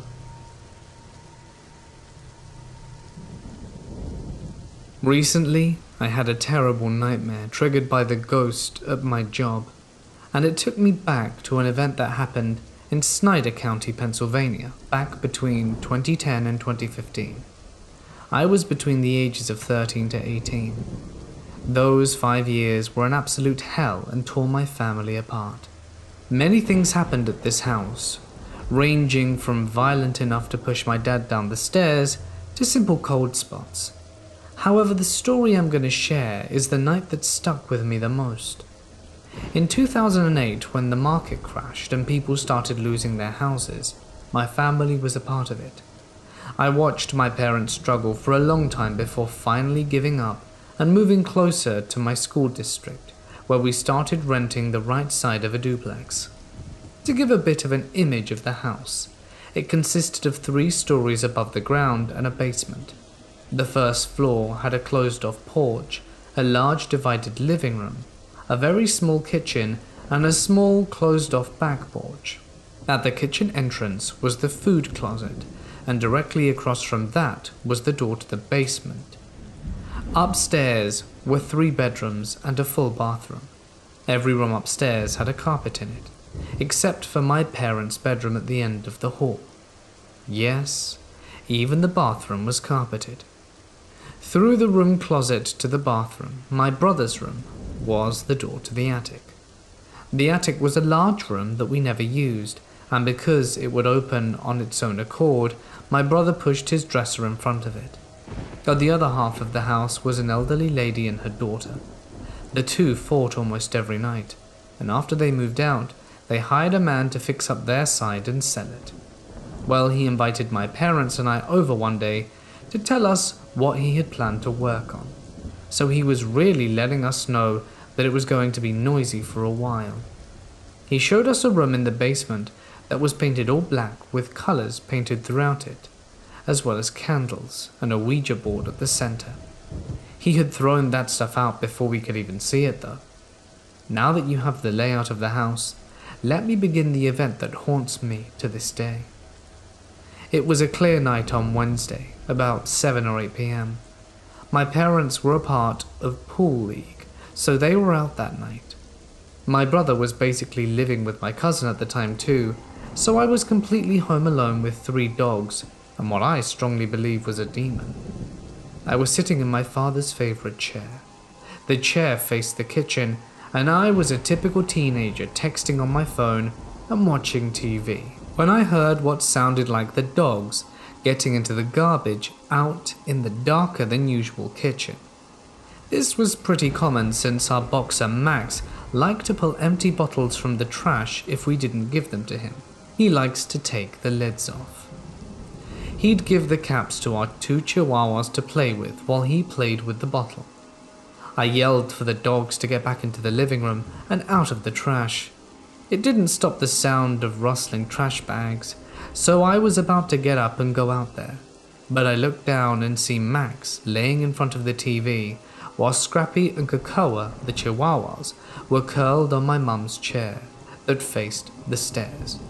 Sure, this spooked me a little, but I was used to this kind of thing. It became common for things to be the ghost if it wasn't the dogs. I did my best to ignore the sound and continued watching TV. However, my attention was snapped away when the light in that half of the divided living room started to dim and brighten repeatedly and fast. The feeling of being watched heightened around this time too. But again, the being watched feeling was something I had gotten used to. I began texting my mum, asking how much longer they were going to be out. She told me it wouldn't be too much longer, but I knew it wouldn't be until way later in the night. I continued to do my best to ignore it, but then it started to sound like someone was walking around upstairs in my room and in the hallway. I was not about to go investigate on my own. As a huge fan of horror, I knew that this would be unwise. Once again, I texted my mum and this time told her that the ghost was acting up and that I was getting scared. Deciding that it was getting to be too much for me, I moved to the other half of the living room where the couch was, to try and get away from whatever it was. I used to sleep on the couch, so it was already set up for me to hide under the covers. I called all 3 dogs with me as well as an attempt to keep us all safe. I really wish I could say that that was where the event ended and that my parents came home right then and there. Above the half of the living room I had moved into was my parents' bedroom. In their bedroom was a very heavy solid oak dresser and a just as heavy metal framed bed. I could hear what sounded like someone pushing around the dresser and bed. It sounded like someone was rearranging my parents' bedroom. At this point I could no longer ignore everything that was happening in the house. It honestly was as if the house was coming to life. And it was at that point I called my mum, demanding she come home because something was very wrong and there was nothing I could do to make any of it stop. I think the whole "it sounds like someone is rearranging your bedroom" thing made her think someone might have broken in. But there's no way someone could have broken in and got up the stairs without me seeing them. Even if they did find a way onto the roof and into the house, I don't think they'd be quiet enough to make it undetected with 3 dogs. Either way, I had no other option than to try and hide and ignore it all. What felt like an eternity passed before my parents got home, and by the time they did, everything had stopped. Once in the door, my dad went upstairs with my mum, and I closed behind. We checked every room on the 2nd floor, only to find no one there, and nothing had been changed or moved. Well, that was scary, but the events didn't stop there. The spectre wouldn't stop touching my mum's face one night. She said it felt like spider webs all over her and she couldn't get them off. My brother and mum were home one day, and my brother said, "There's nothing actually here, right?" To which the thing responded by opening a kitchen cupboard and then closing it. Another night, my mum had woken up from sleeping on her chair that faced the stairs. She thought Coco was coming down the stairs, so she called for him to come and join her, but the dog was already on her lap. When she looked up, the shadow coming down the stairs was gone. Every morning at 2:30 a.m., the bathroom door upstairs would open or close. This is still unexplained because it was over carpet and it took a lot of force to open or close. My grandmother had given me a doll that would rock in a circle and play music, but you had to wind it up first. One day I was just chilling in my room minding my own business, and it started playing on its own. The attic window would open on its own too, and we never used the attic. We never used it to the point my brother pushed his dresser in front of the door like I said before. He did it to make sure the door would stop rattling. I was relaxing in the living room one night, and the mudroom door was swaying, and me being an annoying teen shouted, "Could you please stop with the door?" And it stopped. My mum also demanded it leave us and the dogs alone, and she heard a very clear, loud single knock upstairs.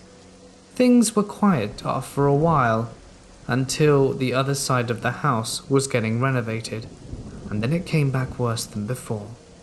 My dad was coming down the stairs one day, and it looked like he got pushed. He tried to catch himself, but he slid down the stairs and sliced his foot open on the radiator at the bottom. I mean, it could have been worse, I guess. One time in the middle of the day, I was just relaxing on the couch when my sleeping dog was thrown off the chair across the room with so much force, he was spun around facing the chair just as he was sleeping on. He landed on the floor right in front of the couch. The chair was rocking so fast and hard I'm surprised it didn't flip. The poor dog was so scared he hid behind the toilet on the back porch. We took him out the house for a few hours, and when he got home he hid again.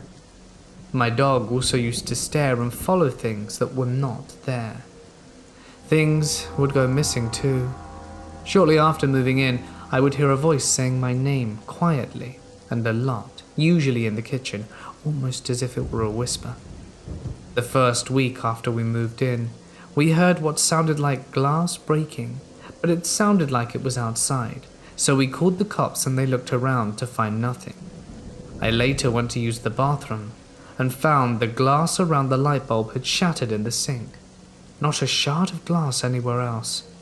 This is impossible, because there were 4 lights above the sink, stretching far enough across that the first and last bulb were not over the sink at all. The last bulb should have hit the toilet if it fell, but like I said, it was the only glass around the bulb. The metal was still intact and turned on. This was the first sign of there being something wrong. My whole family fell into a depression while living there, and we were constantly fighting with each other. It was never like this before we moved into that house. Sure, we all had our problems, but it was like that house escalated very negative energy. My dad tried to end his own life while living there. I tried to do the same, and my brother straight up left. And I know my mum was giving up too, because she just wanted to leave everything and go. I strongly believe that house, or whatever entity our neighbors summoned, that witch, tore my family apart. I attend what some people call the most haunted college in Indiana, and me being a horror enthusiast, found it fit to attend this place in hopes that I see something. That was a very unconscious choice I made, because honestly, I didn't really want to see anything remotely paranormal. There's a legend here that there was a sister, as this is a Catholic school founded in 1840, who was extremely good at painting, and she would spend weeks on detail. Which is true, her paintings are everywhere in the school. So once she decided to do a self-portrait of herself, she did everything but the face.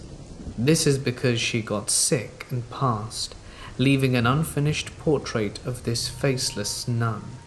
There's part of the legend that says a sister heard crying where the painting was, and when she looked in the room, there was the nun crying with no face.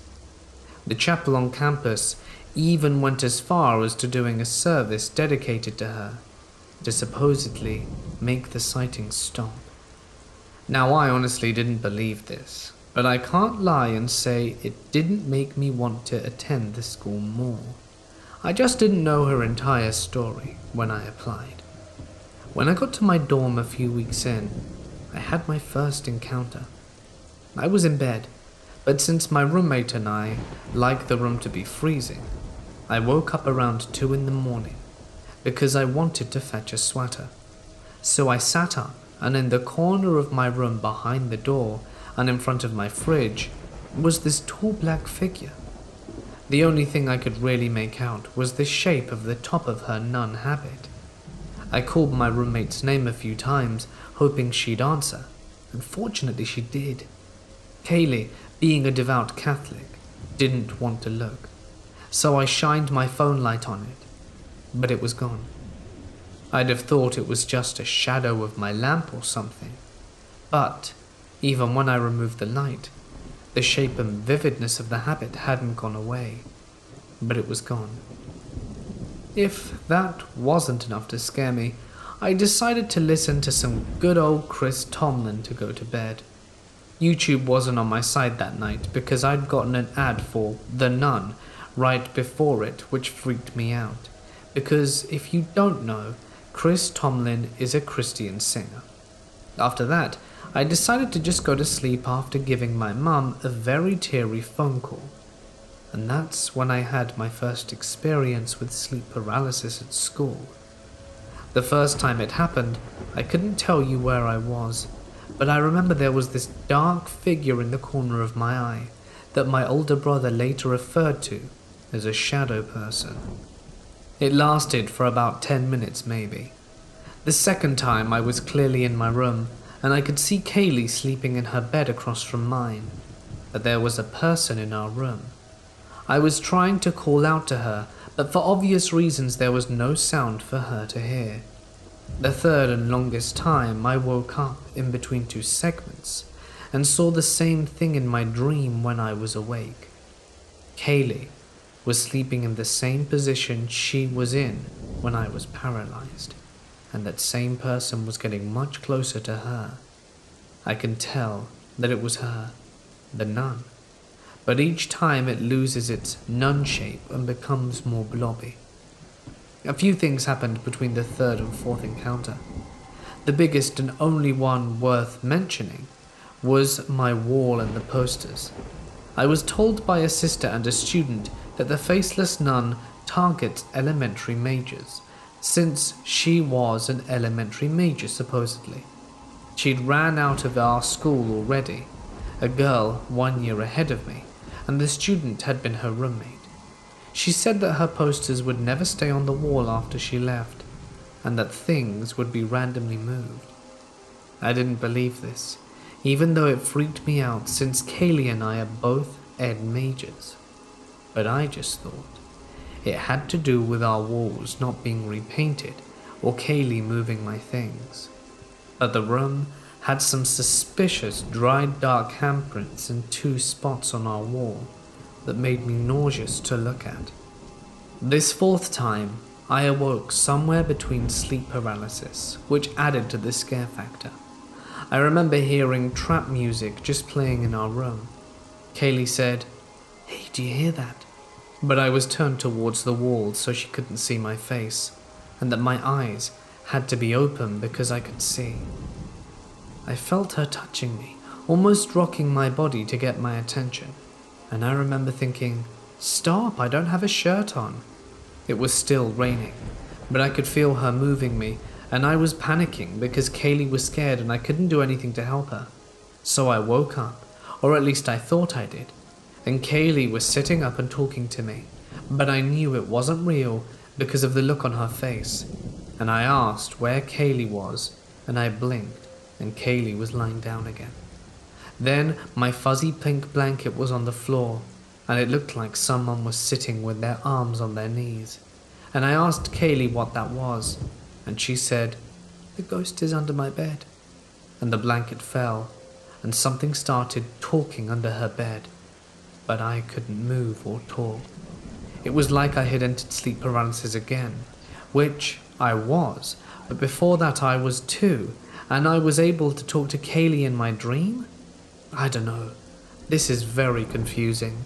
I remember trying to recite the Lord's Prayer, and I did, but I woke up again, this time in church, and I couldn't move. I was seeing Kaylee leaving church and talking to the priest wearing his white collar, but then she called him out for acting weird, and I kid you not, I think I saw the devil himself, and he told her to get the hell out of my church, and this time I woke up for real. I haven't even begun to analyze the 4th time, but I'm sharing it with you because I am at such a loss for words as to why I'm being targeted, and why I'm seeing it around Kaylee. If anyone has any scientific basis for this, please help me debunk it. I just want to be able to sleep at night. The paralysis has happened continually. There also may not be a paranormal connection to this, but honestly it feels like that's what it is. So anyone able to come forward to offer me peace of mind would be extremely appreciated.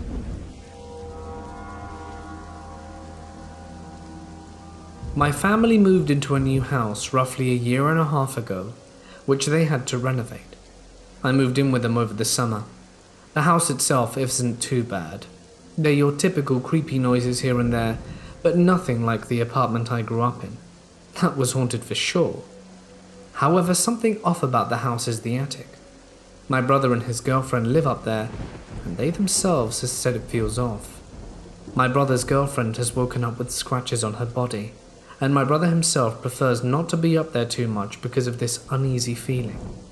My dad and I were up there the other day to fix my brother's toilet, and we both kept feeling off and uneasy, as if someone were watching us, and I kept catching stuff out of the corner of my eye. This is the only part of the house where we feel this way. I stay in the basement, and I don't even feel that way down there. My family wants me to bless the attic. I'm not a religious person, however I do consider myself spiritual, and I'm also an ordained minister. Does anyone have any tips on how to go about this? Any prayers or objects I should have in my hand when I'm blessing the place?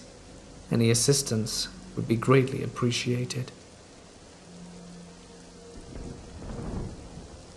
I was playing Pokemon Go last night during an event, and like an idiot, I walked into a park by myself in the dark. There were a few late-night dog walkers and people around there when I arrived, so I thought it was fine. But by the time I got all the Pokemon in the area, everyone that was around there had left, and I was all alone in the dark. So it was about then when I was like, okay, something's gonna happen to me out here. It's time to leave. And boy am I glad I did. As I get about halfway down the driveway, a car passed at full speed, turns around at the dead end of the park, and then drives back past me. I was a little spooked because I was very aware of how easy a victim I am right now, but maybe they were just lost. As I continue walking and catching things, while I walk, the car drives past me 3 more times. There's nothing down this road except the car park and myself. So now I'm thoroughly spooked. The 4th and 5th time they drive past, they slow down right next to me and then zoom off again around a corner. In a moment of sheer panic, I ran to a nearby parked car, dove underneath it and lay still. Lo and behold, the car comes back around and slows down in the spot where I was before. A car door opens and a guy gets out, walks around for a bit and then swears, gets back into his car and then drives away faster than before. I laid under that car for ages before I ran home via a well-lit road. Although I've definitely learnt not to wander around by myself at night anymore, I have no idea who the creepy guy was in the car, and I'd rather never find out. This happened when I was about 4 or 5. Among my siblings and cousins, we always said that my grandma's house was haunted. You could hear footsteps and whispers at night, and the back room would always be colder and would get a heavy, oppressive feeling. So one day, all of the older kids went to hang out, and my parents took my grandma to run errands, so it was only me and my aunt and uncle at home. They were cleaning the backyard, and I was playing with toys in the dirt. For whichever reason, I can't remember, I went inside and went into the back room, which was my grandma's at the time. As I stood there, I remember that heavy feeling starting to creep in. There was a big window that I looked out into the backyard, and I decided to go to it. As I moved the curtain, I could see this really old trailer that sat in the backyard that was used for storage. The doorway would have only been about 5 feet from the window. As I looked out, I immediately noticed a figure in the doorway of the trailer. It filled most of the doorway. It was dressed in a long black dress with like a turtleneck, the dress being super black. I don't think I've ever seen such a pure black in my life. It had a bald, round, wrinkly head with tall, pointy ears. Think of the goblins from Harry Potter, and the hands ended in long, sharp talons. All the skin of this thing was really sickly, this shade of green, and it just stood in the trailer staring back at me. Then it began to shake its head and index finger as if to say, no, like you'd tell a little kid. After that, it slid out of view and the heavy feeling lifted. I don't recall what I did after that, but I don't remember feeling scared. More confused, I would say. I had forgotten about the event until years and years passed, when the siblings were sitting around reminiscing after my grandma passed, and my sister said she remembered seeing something similar. She said she also saw a woman in a long red dress and a pumpkin for a head, sitting by the water fountain or bird bath. The house isn't in the family anymore, so I can't say that something else happened, but we all suspect that there was a witch residing in or around Grandma's house. I live in rural Australia, in a neighbourhood a few kilometres away from a small town next to the beach. This neighbourhood is pretty much just thick forest, some roads and maybe 20 houses scattered around. I get dropped off from school at a bus stop with a neighbour where I have to walk about 1 kilometre through thick bush and forest to get home. One day when I was in 6th grade, I was on the bus home from school. As we got close to my neighbourhood, I started seeing more and more police cars parked on the side of the road, and even an NRMA helicopter flying around. Me and my friends thought it was weird but didn't think too much of it. I got off the bus with my friend and noticed that their mum was waiting for them. Again a bit strange, but nothing crazy. I said goodbye and started walking off when my friend's mum called me over.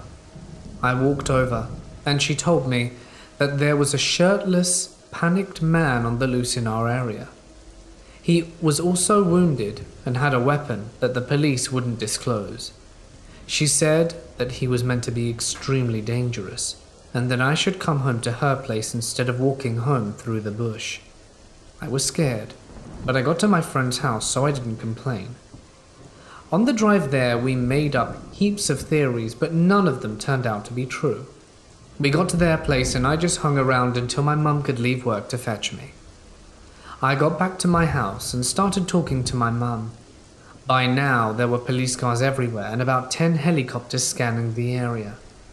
My mum and dad said that the police had told them his name and some more details about him. He was an addict with a bad criminal record that had apparently been wounded in a fight and ran off. He was rumoured to have a firearm and was apparently in our backyard at one point. At the exact time I would have been coming home from school. That was close. The helicopters kept on tracking him by report and sightings, and eventually he left the area. Later that night, police called up the residents and told them he had been caught. We slept okay, knowing we weren't going to perish. But the next morning it turned out he hadn't actually been caught. I can't remember who told us, but he was certainly still on the loose. It was also found out that before he came to our neighborhood, he had assaulted a woman and stolen her car and drove into our area because of the kilometers and kilometers of thick forest to hide in. A bunch of other stuff also came up involving in drug trafficking and that he had been crashing with some drug dealers in one of my friend's neighboring houses. There were a bunch more things that led me to believe there was something else very fishy going on. The police got sniffer dogs in later that day, and they kept searching to no avail. After a week he still wasn't caught, and a class trip had to be cancelled because he was still in the area. But some weeks later they finally apprehended him, and that case was closed. There's still a lot of confusion and some weird things that happened, and the police won't share any details. But he was caught, so that's fine, I guess. This happened a week ago. I was sitting in the living room, crocheting. I was out there with my mother, watching cooking shows, when she left for a bit. I was sitting quietly, just focusing on my craft when I heard something strange. Loud 8-bit music. I thought for a second it was my cell phone, but when I checked, nothing. I went around the room, even listened closely to my laptop that I had the crocheting pattern on, just in case it was a pop-up ad. Nothing. I eventually made it to my room, and the music is getting louder. I go over to this container that I had a bunch of miniature things in. Inside I find my old Game Boy Pocket Edition, one of those really tiny ones with preloaded games, and you couldn't change the cartridge. It had an alarm going off. I never set an alarm, and I hadn't turned this device on since I was 10. I got it in 2006. At the time, the calendar was chronologically correct, reading off 2006 when I got it. However, instead of reading 2019, it now read February 7th, 1998. I was born on February 7th, 1996. The date of this strange alarm was my 2nd birthday. It was one of the strangest things I have ever experienced in recent months. How peculiar. My great-grandmother Emily owned a house on Glenwood Avenue in Owasso. She was fairly well off, so she let my mum's mother move into her house when she was falling on hard times with her husband and their kids, and my great-grandmother Emily moved out. I'm going to try to make this as easy to understand as possible to who is who, so I'm going to lay out who moved into the house first.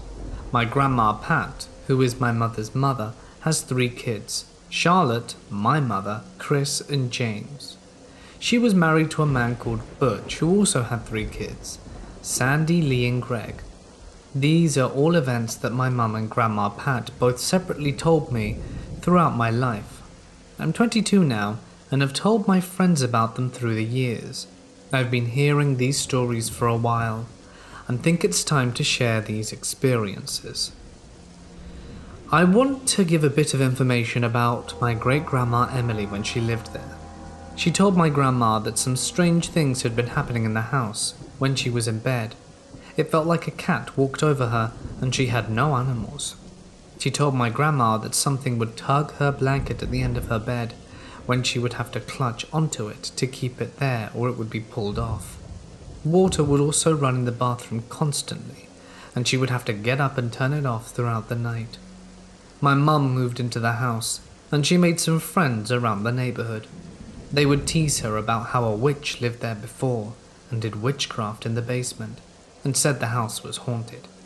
My mum brushed it off, thinking they were trying to scare her.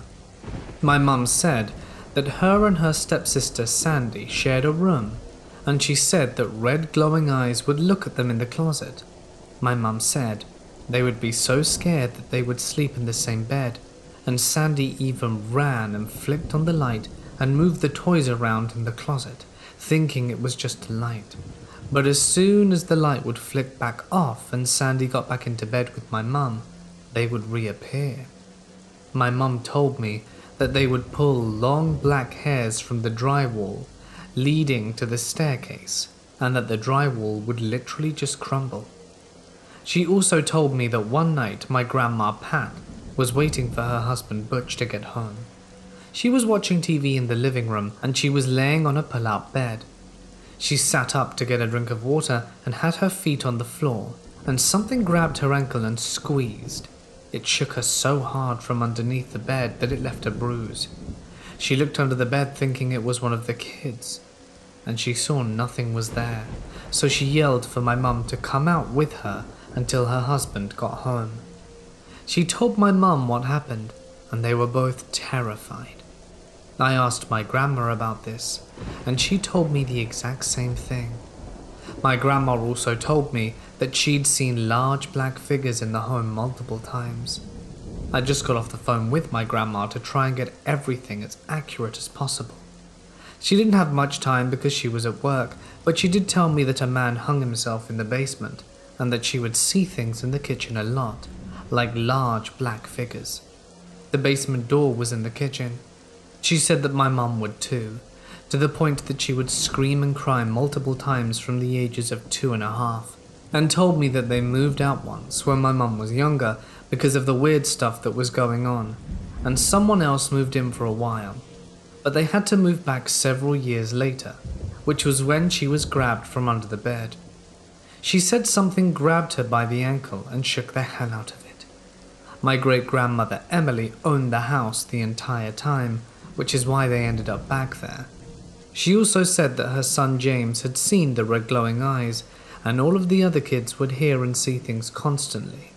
But after things got physical with her, and it grabbed her ankle, she got out of there for her own good. She also said that renters wouldn't stop moving out of the house very quickly, until someone purchased it years later and it had been blessed. She thinks they're still living there to this day. When I was around 15, my mum told me about this again because it was so scary and interesting to me. I would have my mum retell me everything that happened in the house all the time, and I ended up finding the house online while I was searching through articles to see if any information was available about it. I found that right down the street was Rosevere Park and Woods, and is said to be one of the most haunted places in Owasso. I'm not sure if it has any correlation with the house, but I just thought it was strange. The year was 2011. I was 17, and I was a typical high school student during the last year of school. I studied hard and mostly cared about the finals, but also secretly longed for some overwhelming romantic love in my life. My high school was affiliated with the university, so every autumn we had students who came to do their teaching internships or practice. It usually lasted 2 or 3 months, depending on the subject they taught, and usually they were female interns who came. This year was an exception.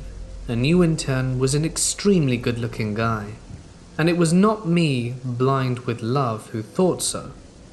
Later I found out he worked as a male model in our city, who was around 25 and taught maths and had this geeky charm. Even though he didn't teach in my class, at least half of the girls there had a crush on him, and it is not an exaggeration to say that a fair share of the school got crazy. It was no exception, of course, so I, every time I saw him in the corridors, smiled and tried to catch his eye, because in my head he looked like a perfect Prince Charming, and with every day I was more and more into him. I thought he also may have liked me, but you can never be sure with these matters until something happens. And something happened, although I wish it never did. He found me on social media and wrote me a message from an empty profile, saying that he'd been watching me and that I'm beautiful and that he wanted to get to know me. Romantic, right? I couldn't believe my eyes when I got it. It was a dream come true.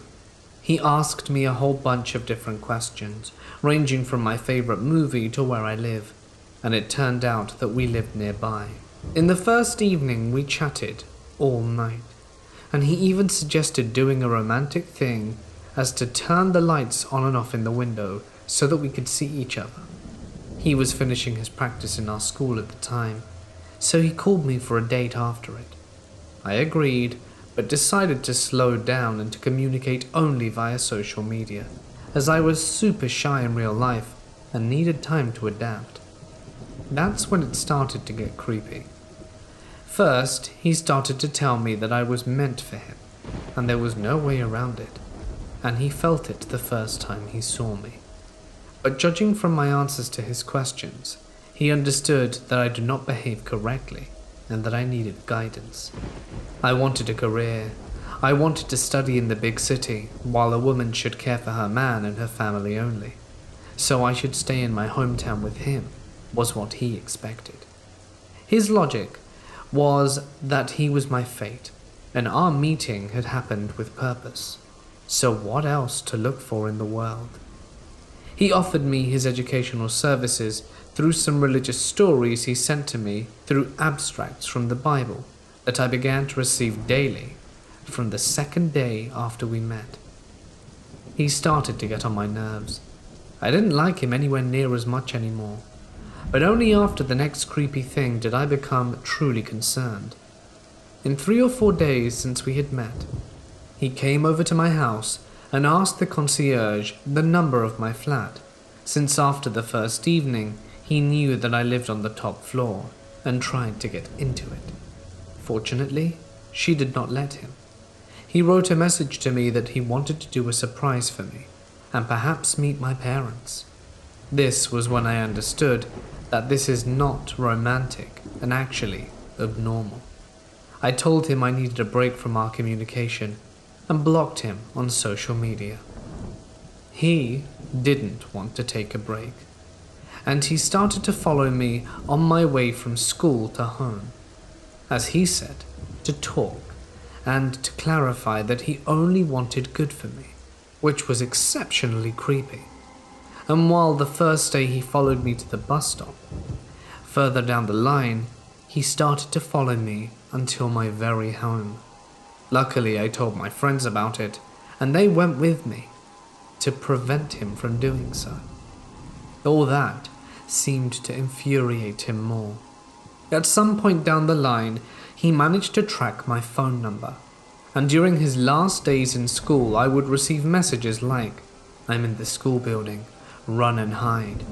I imagine you're all so scared hiding in the girls' bathroom while I'm here." Then, the peak of the story was when I came back home from school, and I had 3 days break from his attempts to talk to me. And the concierge told me that the guy came again and left a box for me. I didn't know what to do with it, so I brought it home, and he wrote me an SMS that if I open the box he will leave me alone. I decided to throw it away after I peeked inside and saw that there were some chocolates and a treat for my dog, but at that point I did not exclude the fact that it could be unsafe. After all of this, I finally told my mum about this mess, because before that, she was only acutely aware of the romantic side of the story. She opted to interfere immediately once she got the details. She took his phone number, called him, and said that if he didn't leave me alone, she would be informing the school administration about his actions, and he would have problems at the university with both the practice and his ethics principles in general. I would love to say that he disappeared forever after that, but no.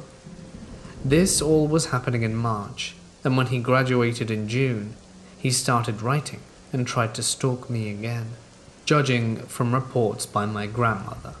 But this time he could not. I got accepted to a big city university and moved there soon enough.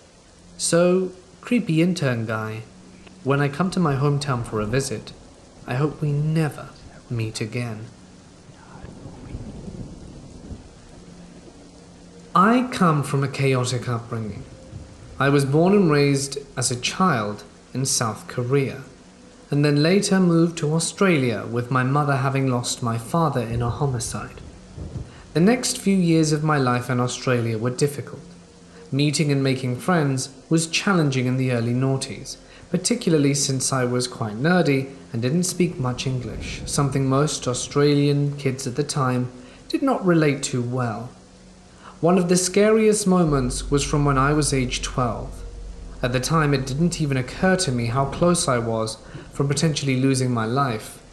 My mother and I were on a road trip heading south from Melbourne to stay on the southern coast. We had stopped one evening at a small, well-kept caravan park. The caravan park was quaint and beautiful, neat grass, nice flowers, and a small creek which ran along the edge of the premises.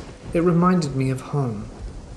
I spent some time walking around on my own as my mother was taking a nap, and I discovered a game and a pool room. I went inside and spent probably a few hours playing pool by myself and generally just mucking around when a young boy came in. I was very shy, and so was he, so we eventually talked for a little bit and became friendly. I don't remember playing any games with him, but I do recall him being pretty nervous.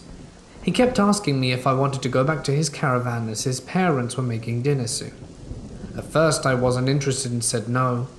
We spent some more time doing things and talked as it got later, and he became more pushy and asked me if I liked cake and lollies. Of course, I said. I followed him to his caravan, which was much older than ours and quite dilapidated. He asked for me to wait outside while he spoke to his parents. I waited patiently for a few minutes until the door opened and a large older man with glasses and no shirt opened the door and asked if I would like to come inside for cake. I was scared, but I remember feeling like I had to, like it would be rude for me to leave. And as I walked into the door, I heard a man shout behind me, "Hey, what's going on here?" I was quickly grabbed from my collar of my shirt, or dress, and the man then quickly tried to lock the door behind me. However, the stranger was too quick and burst in the door. He took my hand abruptly and pulled me outside, and we ran. The man asked which unit room/caravan I was in and took me straight there. We went inside and my mum yelled at him asking what he was doing there.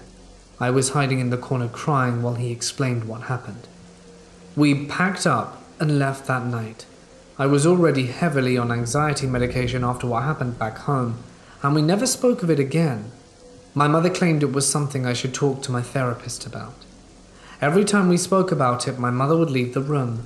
It scared the hell out of her, and I did not really understand why. I guess at that age it's difficult for the brain to comprehend the reality/potential of a situation. Looking back on it now, it scares me to the point of losing sleep. I'm just glad that good Samaritan possibly saved my life. Let me start by saying I didn't believe in ghosts before this. All of this took place in 2014, in a small town in New Jersey.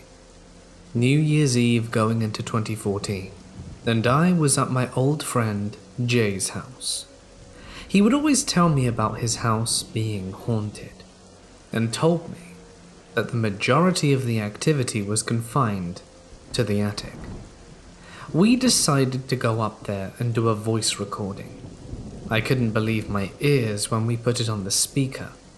We actually caught a voice, but much to my disappointment, my dumbass deleted it by accident. The rest of the recordings I do have though.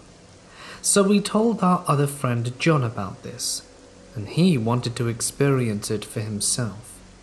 Let me give you the layout of the attic. When you walk up the stairs, there's a little alcove to the left and a little alcove to the right. And when you get to the top of the stairs, there's a window on the back side of the attic. And when you turn around, there's a small room where the maid stayed back in the 1800s.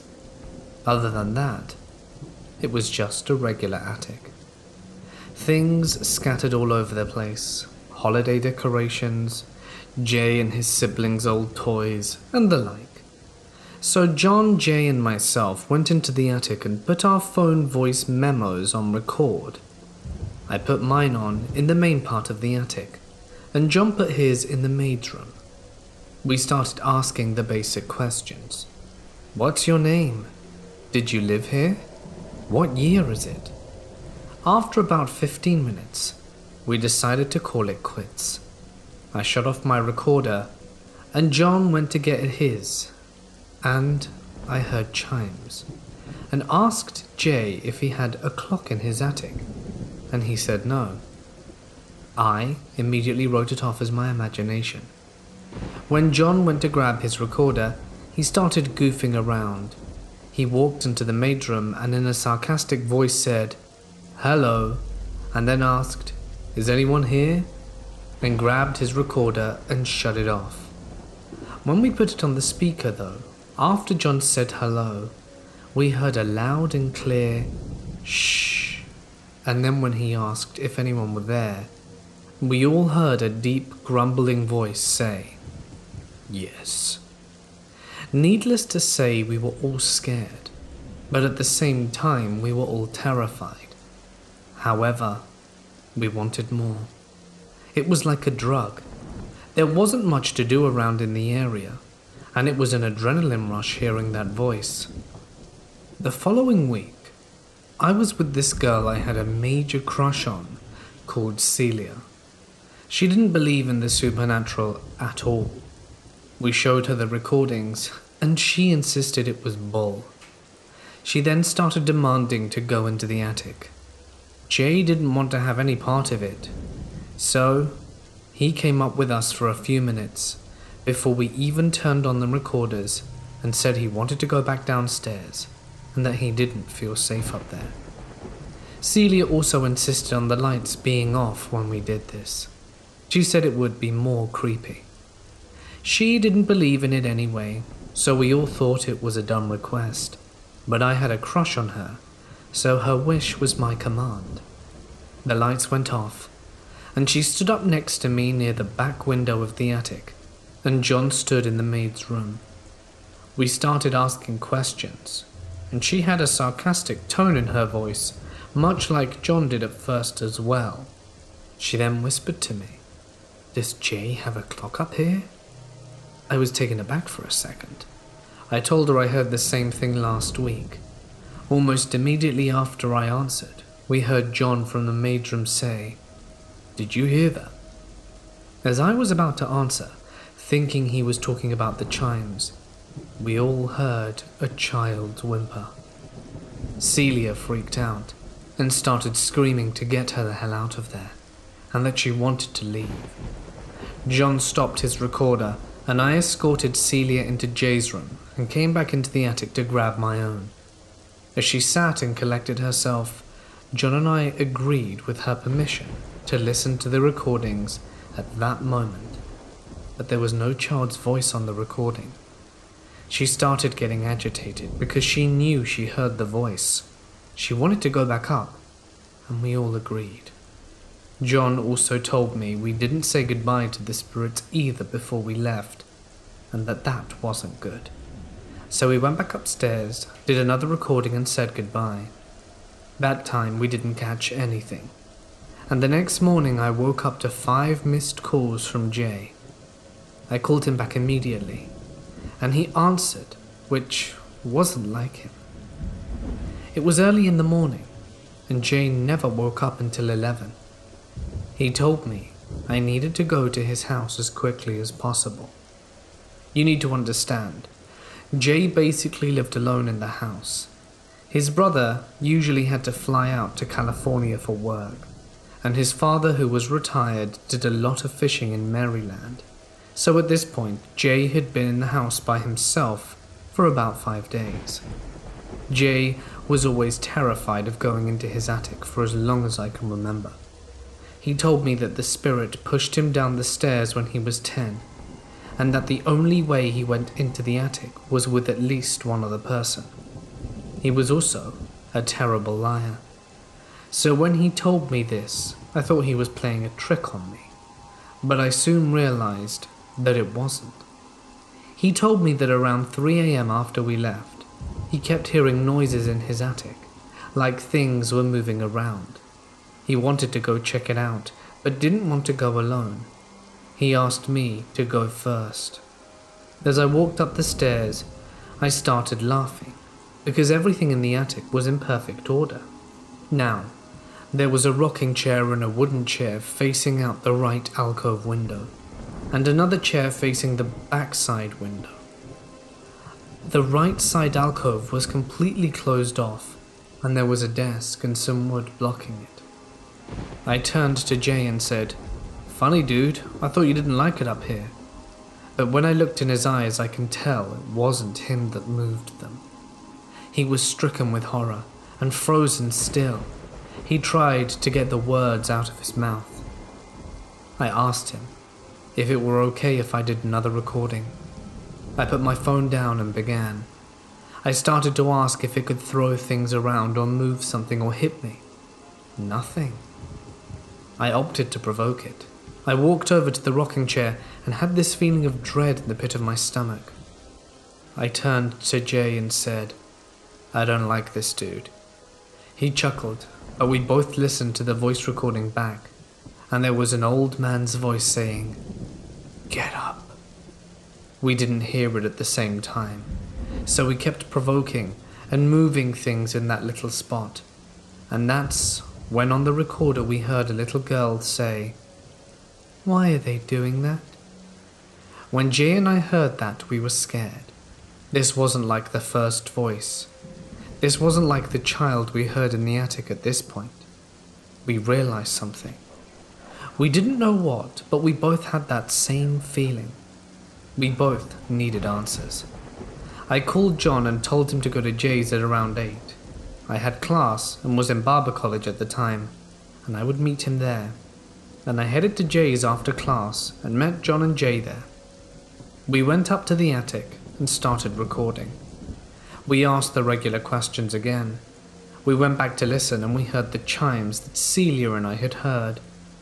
I was pretty astounded to hear that, but we didn't catch any voices, so relaxed that next day. And I sent the recording to my friend Frank. He showed it to my friend Pat, who then called me, telling me to never go into the attic again. He told me that those chimes were the notes of the devil's triad. I tried to look it up but couldn't find anything, but I trusted Pat. He told me those chimes were to show that you worshipped the devil. This piqued my interest, and after I got a call from Pat, I told Jay that I had something to tell him, and asked to go over to his house, and he told me he had something to show me. I got to his place, and he was on the porch smoking a cig. I pulled out one and had it with him, and noticed he was holding a book. He told me he found it, and handed it to me. It was a Bible. He told me that he was renovating his basement space and it was behind a wall. Inside it read, "Presented to Roseanne Edwards by her cabinet April 9th, 1862. He told me to turn to one of the pages. I forgot which page, but on that page was a dark handprint. He said it looked like dried blood. There's no way to verify that. I still don't know to this day. I told him what Pat told me, and he was taken aback. I told him we should go to the country clerk and find out more about the house. Before I left, I asked Jay to put the Bible in the attic to see if we could stir up any activity. I called Celia and went straight to the country clerk together. She asked to come to Jay's later that night, as she hadn't been back because she was afraid. We went through the documents at the clerk's, and we found something interesting. We saw previous owners up until 1910s, but after that we saw that it was owned by a company starting in the 1850s. The house was where they allowed workers to live, but there were no documents about who lived in the house, so all in all, nothing significant. We went back to Jay's that night and met John there. Jay said the house felt heavy all day. We all knew what that meant. The energy shifted the moment we walked into the house. We all felt scared, and none of us wanted to even approach the attic. Although we heard movement up there from downstairs, we didn't want to go up. I do regret that. I'm sure we would have captured something good, but we were all afraid. We left the Bible in the attic on Jay's request, and we all discussed getting a priest there to get the house blessed, but Jay didn't want to. I told my younger brother about it, and he didn't believe me. I went to Jay's house, where we all heard the noise, and then he refused to go into the attic after hearing it. Just as we were leaving, we stepped outside, and my brother and I heard a baby crying. It was at least midnight in the middle of winter, and my brother and I looked at each other confused. "Why is there a baby crying?" my brother said. It was getting louder, but then Jay interjected, "What baby?" We kept hearing it escalate in loudness. It got so loud I felt like I should cover my ear. "Don't you hear that?" I said. Jay didn't have a clue what we were talking about. That's when it just stopped. Jay had a weird look on his face, and his eyes got wide and he said, "Bro, look at your car." There was a small child's handprint all over the car.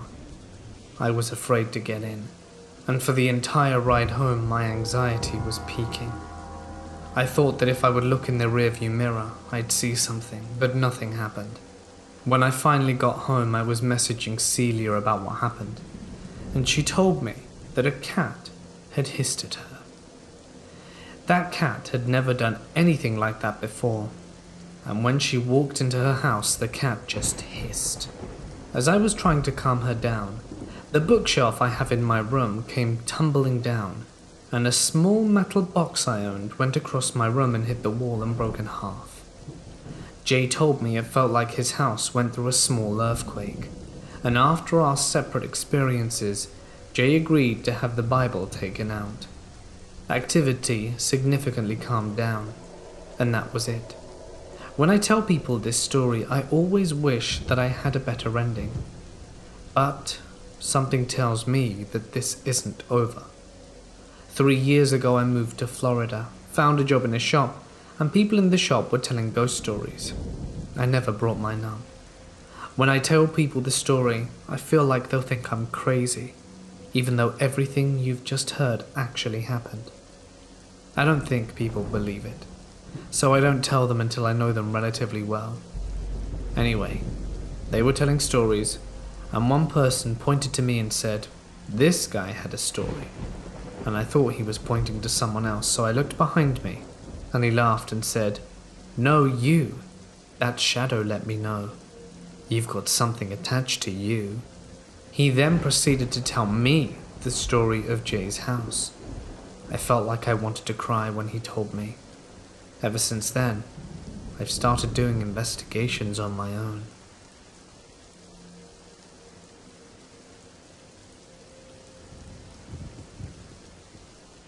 I was walking to the store at about 10 p.m. I left my house to walk onto the empty sidewalk, and I hardly saw any cars in the street. As I was walking up ahead, I saw a car with headlights on, but I didn't see anyone in or around it. The door to the driver and passenger seats were open. I noped out and decided I wanted to take the shortcut instead, which was to hop over this alley wall instead to get there faster. I didn't want to walk on the same street as the ghost car, so I jumped over the wall via these pile of bricks, and I find myself at the back of this building leading to the parking lot. I walk over to the side of the building to head over to the store where I'm planning to buy some snacks. So as I'm walking, I turn on Pokemon Go, because I realized there were nearby stops, so I pulled my phone out, catch a few Pokemon, get a few eggs and the like. Afterwards, I put my phone away, and as I'm getting close to the store, this car comes off the road, pulling into the parking lot and drives right by me. The driver looks at me, and I look at him. He looks like an older guy with grey hair, mid-50s. You want to get some action? If I didn't specify already, I'm a guy.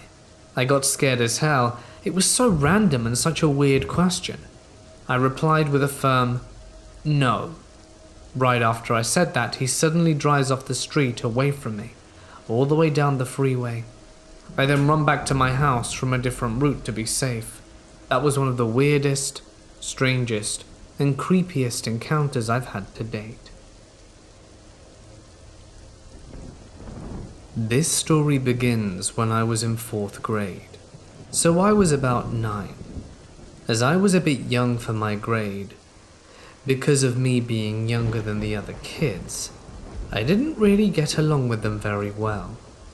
So whenever we would go out to recess, I would make sure to bring whatever book I was reading at the time. I had my own special place I liked to sit and read. It was a little corner of the playground where barely anybody went. It was a large patch of clovers and other overgrown plants, and had a large bush with a gap in between it and the fence. I used to love to sit there. One day I went over to my usual spot and sat with my back facing the bush.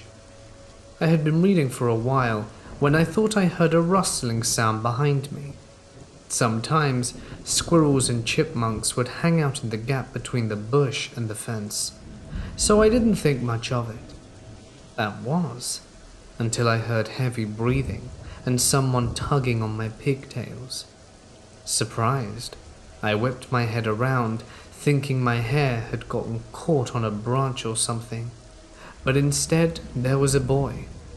He was sitting hunched in a gap between the fence and the bush, leaning forwards between the branches of his face, mostly obscured by leaves, and his arm outstretched, trying to grab at my hair. I screamed, bolted for the picnic table area where the supervising teachers were. I was a very shy little thing back then, so I didn't say anything. Instead, for a long time after that, I sat and read by the teachers during recess. About 3/4 of the way through the school year, I made a new friend, Matt. He was also a bit of an outcast, and when we got assigned to be in a reading group together, we became friends fast. He was nice enough, but even my 9-year-old self could tell there was something off about him. He was too clingy, barely ever leaving my side, and constantly coming up with excuses to touch me. I, of course, didn't have any other friends, so I ignored it. However, one day he told me that he liked me. I had no idea how to react to this and just said nothing. He apparently took my silence as a yes because he called my home phone later. My mum handed me the phone saying that a friend was asking to talk to me. Since my parents were watching TV downstairs, I decided to go up to my room so I wouldn't bother them. It was Matt. I could barely even say hello before he started saying some seriously weird stuff. He started saying things like, "What do you want to name our kids? When we get to high school, let's run away and start a family. I bet you look really cute when you're asleep." Now this would be creepy for anyone, but I was 9. I had no idea how to handle the situation, so I just stayed away from him. He wasn't happy about this, constantly glaring at me, and just being all around super creepy. A year later, I was halfway through 5th grade and had a serious bully problem. But that's a story for another day. It got so bad that my dad decided one day to not wait until the next school year and instead switched schools the following Monday. 5th grade at my new school was great, and starting in 6th grade, my parents got me my first phone. I, of course, called up Clara, who became my friend after the Matt incident, and I let her know about my new phone. A couple more months passed, and one night, I got a call from an unknown number. Picking up the phone, I froze when I heard Matt's voice. I still vividly remember what he said. "Hey baby, I missed you so much, why'd you leave me?" Not even a second after he had said that, I hung up, blocked his number and called up Clara, as she was the only person at my old school who had my number. Apparently after school, he had asked to see her phone to call his mum, as he had forgotten his at home. She handed it over to him, as she was very kind but quite a gullible girl, and soon she noticed that he was taking a while, and then had a pen out and was writing something on his arm. She yanked the phone away and panicked, sprinting off. Looking down at her phone, she saw that he had opened my contact info. I was freaked out, but felt safe as I had blocked his number. That didn't stop him though. He would call me every single week from a different phone, leaving at least 10 messages each time. Each time I would block one number, he'd somehow call from another one. When I got a new phone, the calls stopped, and I forgot about it until freshman year. At my high school, there were a couple of kids from my old school, and I suddenly remembered Matt. I asked one of the boys, Harry, if he knew what happened to Matt.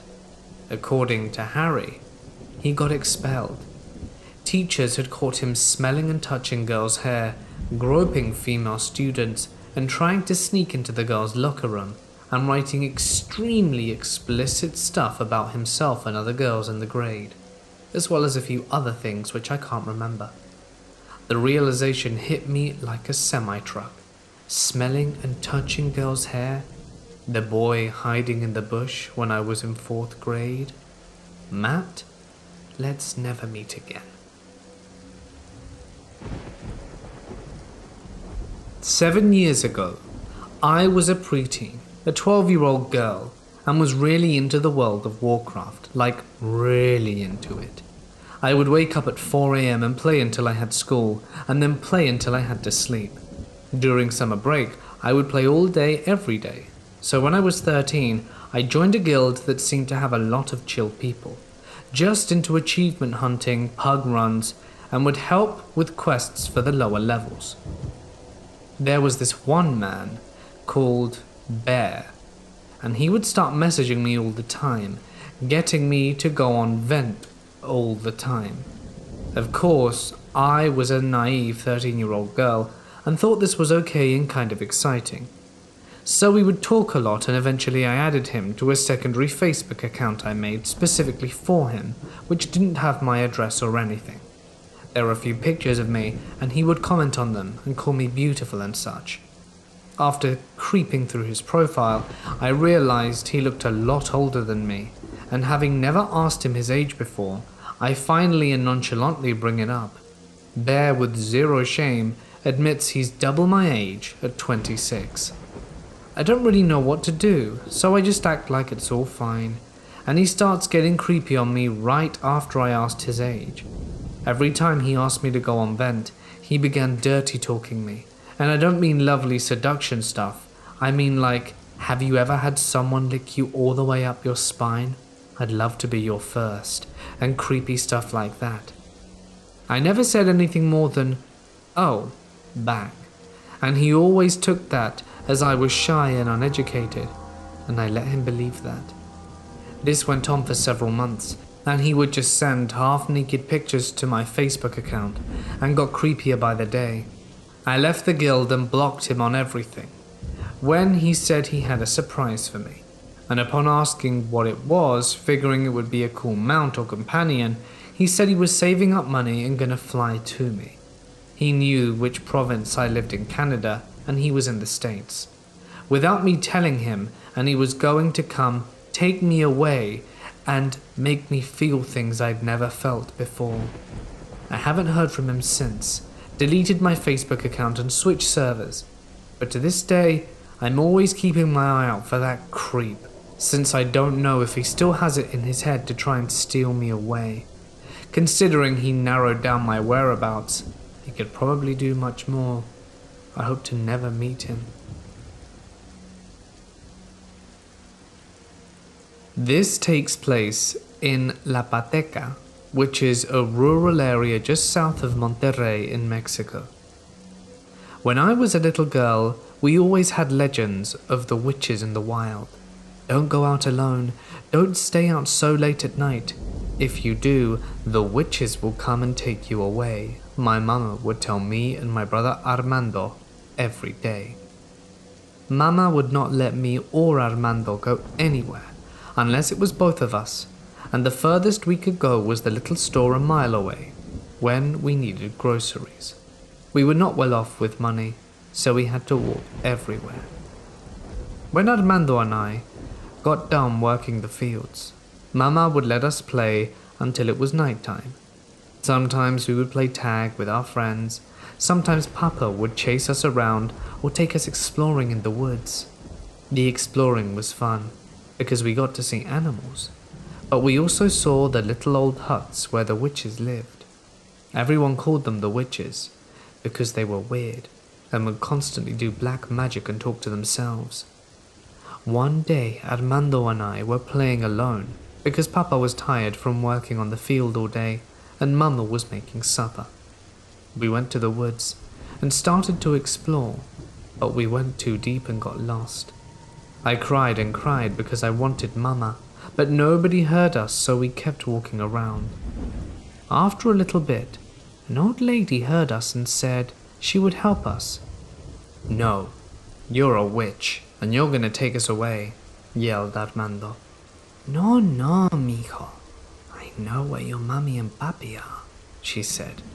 I cried and told Armando that I wanted to go home, so he gave up and told the lady to help us. "Okay, follow me." After a while, she took us to a house we didn't know, but said Mama and Papa were inside, so we went. Without thinking, we went in, and the lady suddenly grabs us and starts carrying us, screaming, into another room. She threw us in and locked the door.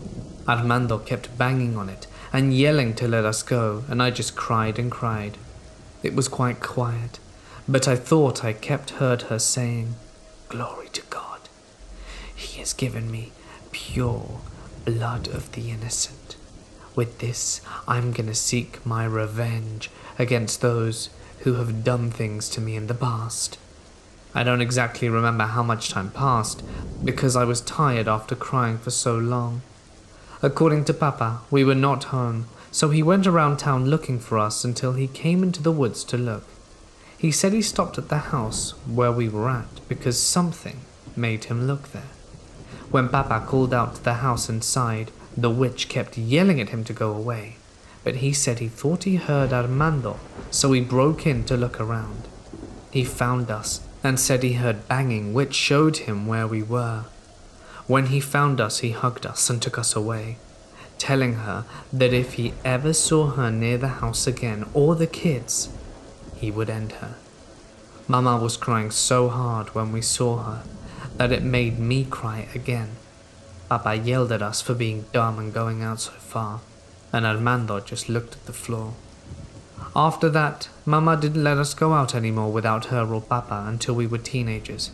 Every day I thank God for not letting me and Armando get into more danger that day. I do not know what the witch wanted to do to us, but I don't think I want to know either.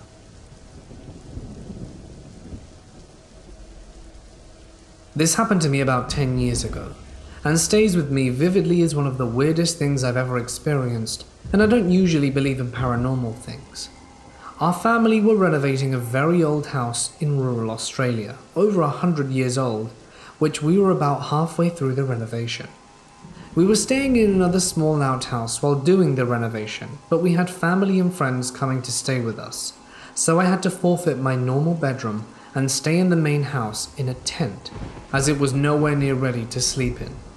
Most of the nights, I woke around 3 a.m. to our working dogs about 200 meters away from the house, going absolutely nuts barking at something, but I usually didn't pay much attention to them, as kangaroos often jump near their kennels and set them off some nights. As their barking came to a stop, I could faintly hear crisp and clear footsteps out the room I was in and down the hallway, getting louder and clearly slower, making their way towards my room. I didn't think much of it at first, but the direction the noise was coming from was so clear. The footsteps slowly made their way up to the room and hallway and stopped at what I thought to be the doorway of the room.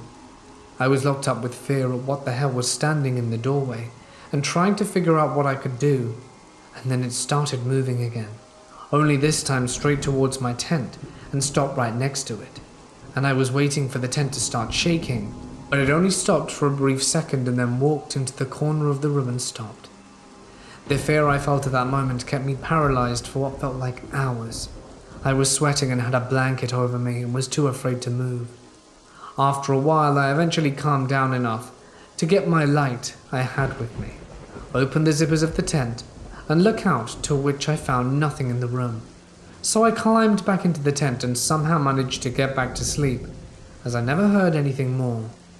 In the morning I woke up fairly early and went back over to the little outhouse and tell my parents my story and asked them if they were just messing with me, but they were adamant they didn't do anything.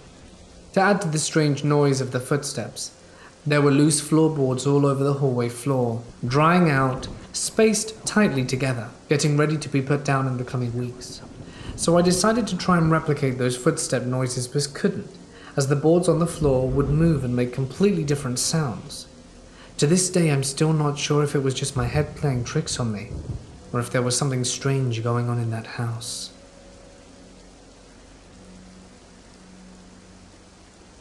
I was in our local park playing Harry Potter Wizards Unite. It's a good place because there are 4 stops that give you energy, so I just go back and forth while playing. It is insanely hot outside, so there is just me, some people with their kids on the playground, which is a bit off behind the trees so they can't see or hear me, and some guy wandering around like I do but without a phone. I go around playing my game and not thinking anything of it. He was probably just waiting for someone. He, like me, goes from shadow to shadow because the sun is just too hot. I sit on a bench for a while, and while playing I see him behind some of the houses in the park.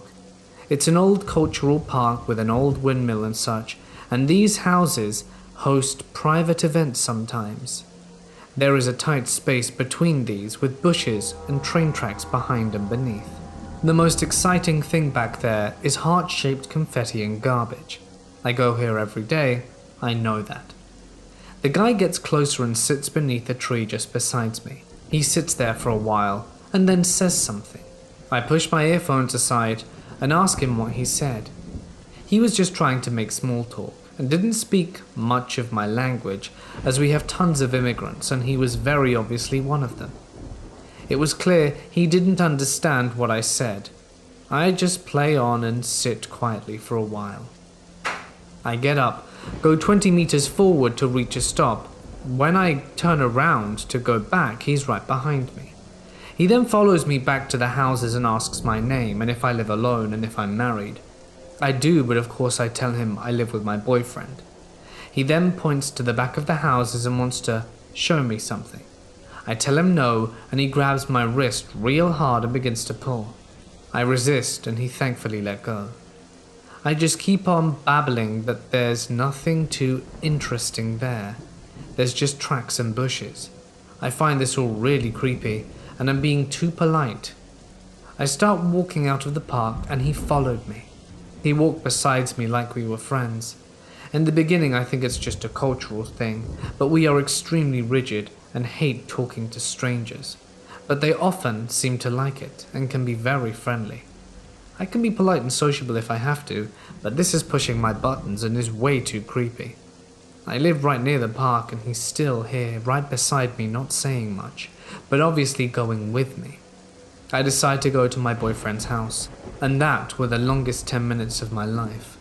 He occasionally asks more questions, do I live in a house, stuff like that, and I keep on playing my game, pretending to be somewhat in my own world. When we're almost at the neighborhood my boyfriend has his house in, I cross the road to get there. He misses it and keeps going forward, and when he sees that, I just wave, bye. I walk a bit further, but then he crosses the road through traffic. I thought I'd lost him. He goes in front of me and turns right and walks away, like the goodbye stuck. I try to walk calmly round the houses where my boyfriend lives, but I just want to run, and I unlock the door and rush in. My boyfriend comes downstairs and wonders what I'm doing there so early, so I just throw myself in his arms. I had him walk me home and then call the cops. I didn't think there was much they could do. I have no idea who this person is or what his name was or what he wanted, but at least it's on paper now in case anything else happens. I remember when I spoke to the cops, I said that he was not already in the park when I got there, and that he walked past me when I arrived because I stopped to get the stops in the game. That meant he came from the same street I did, which also leads to my real house, which is, as I said, super close. I'm just hoping he didn't see me exit. I know nothing happened, but it was really creepy. I don't want to stop going to my local park, but he's really made me feel uncomfortable. I think I'll stay inside today.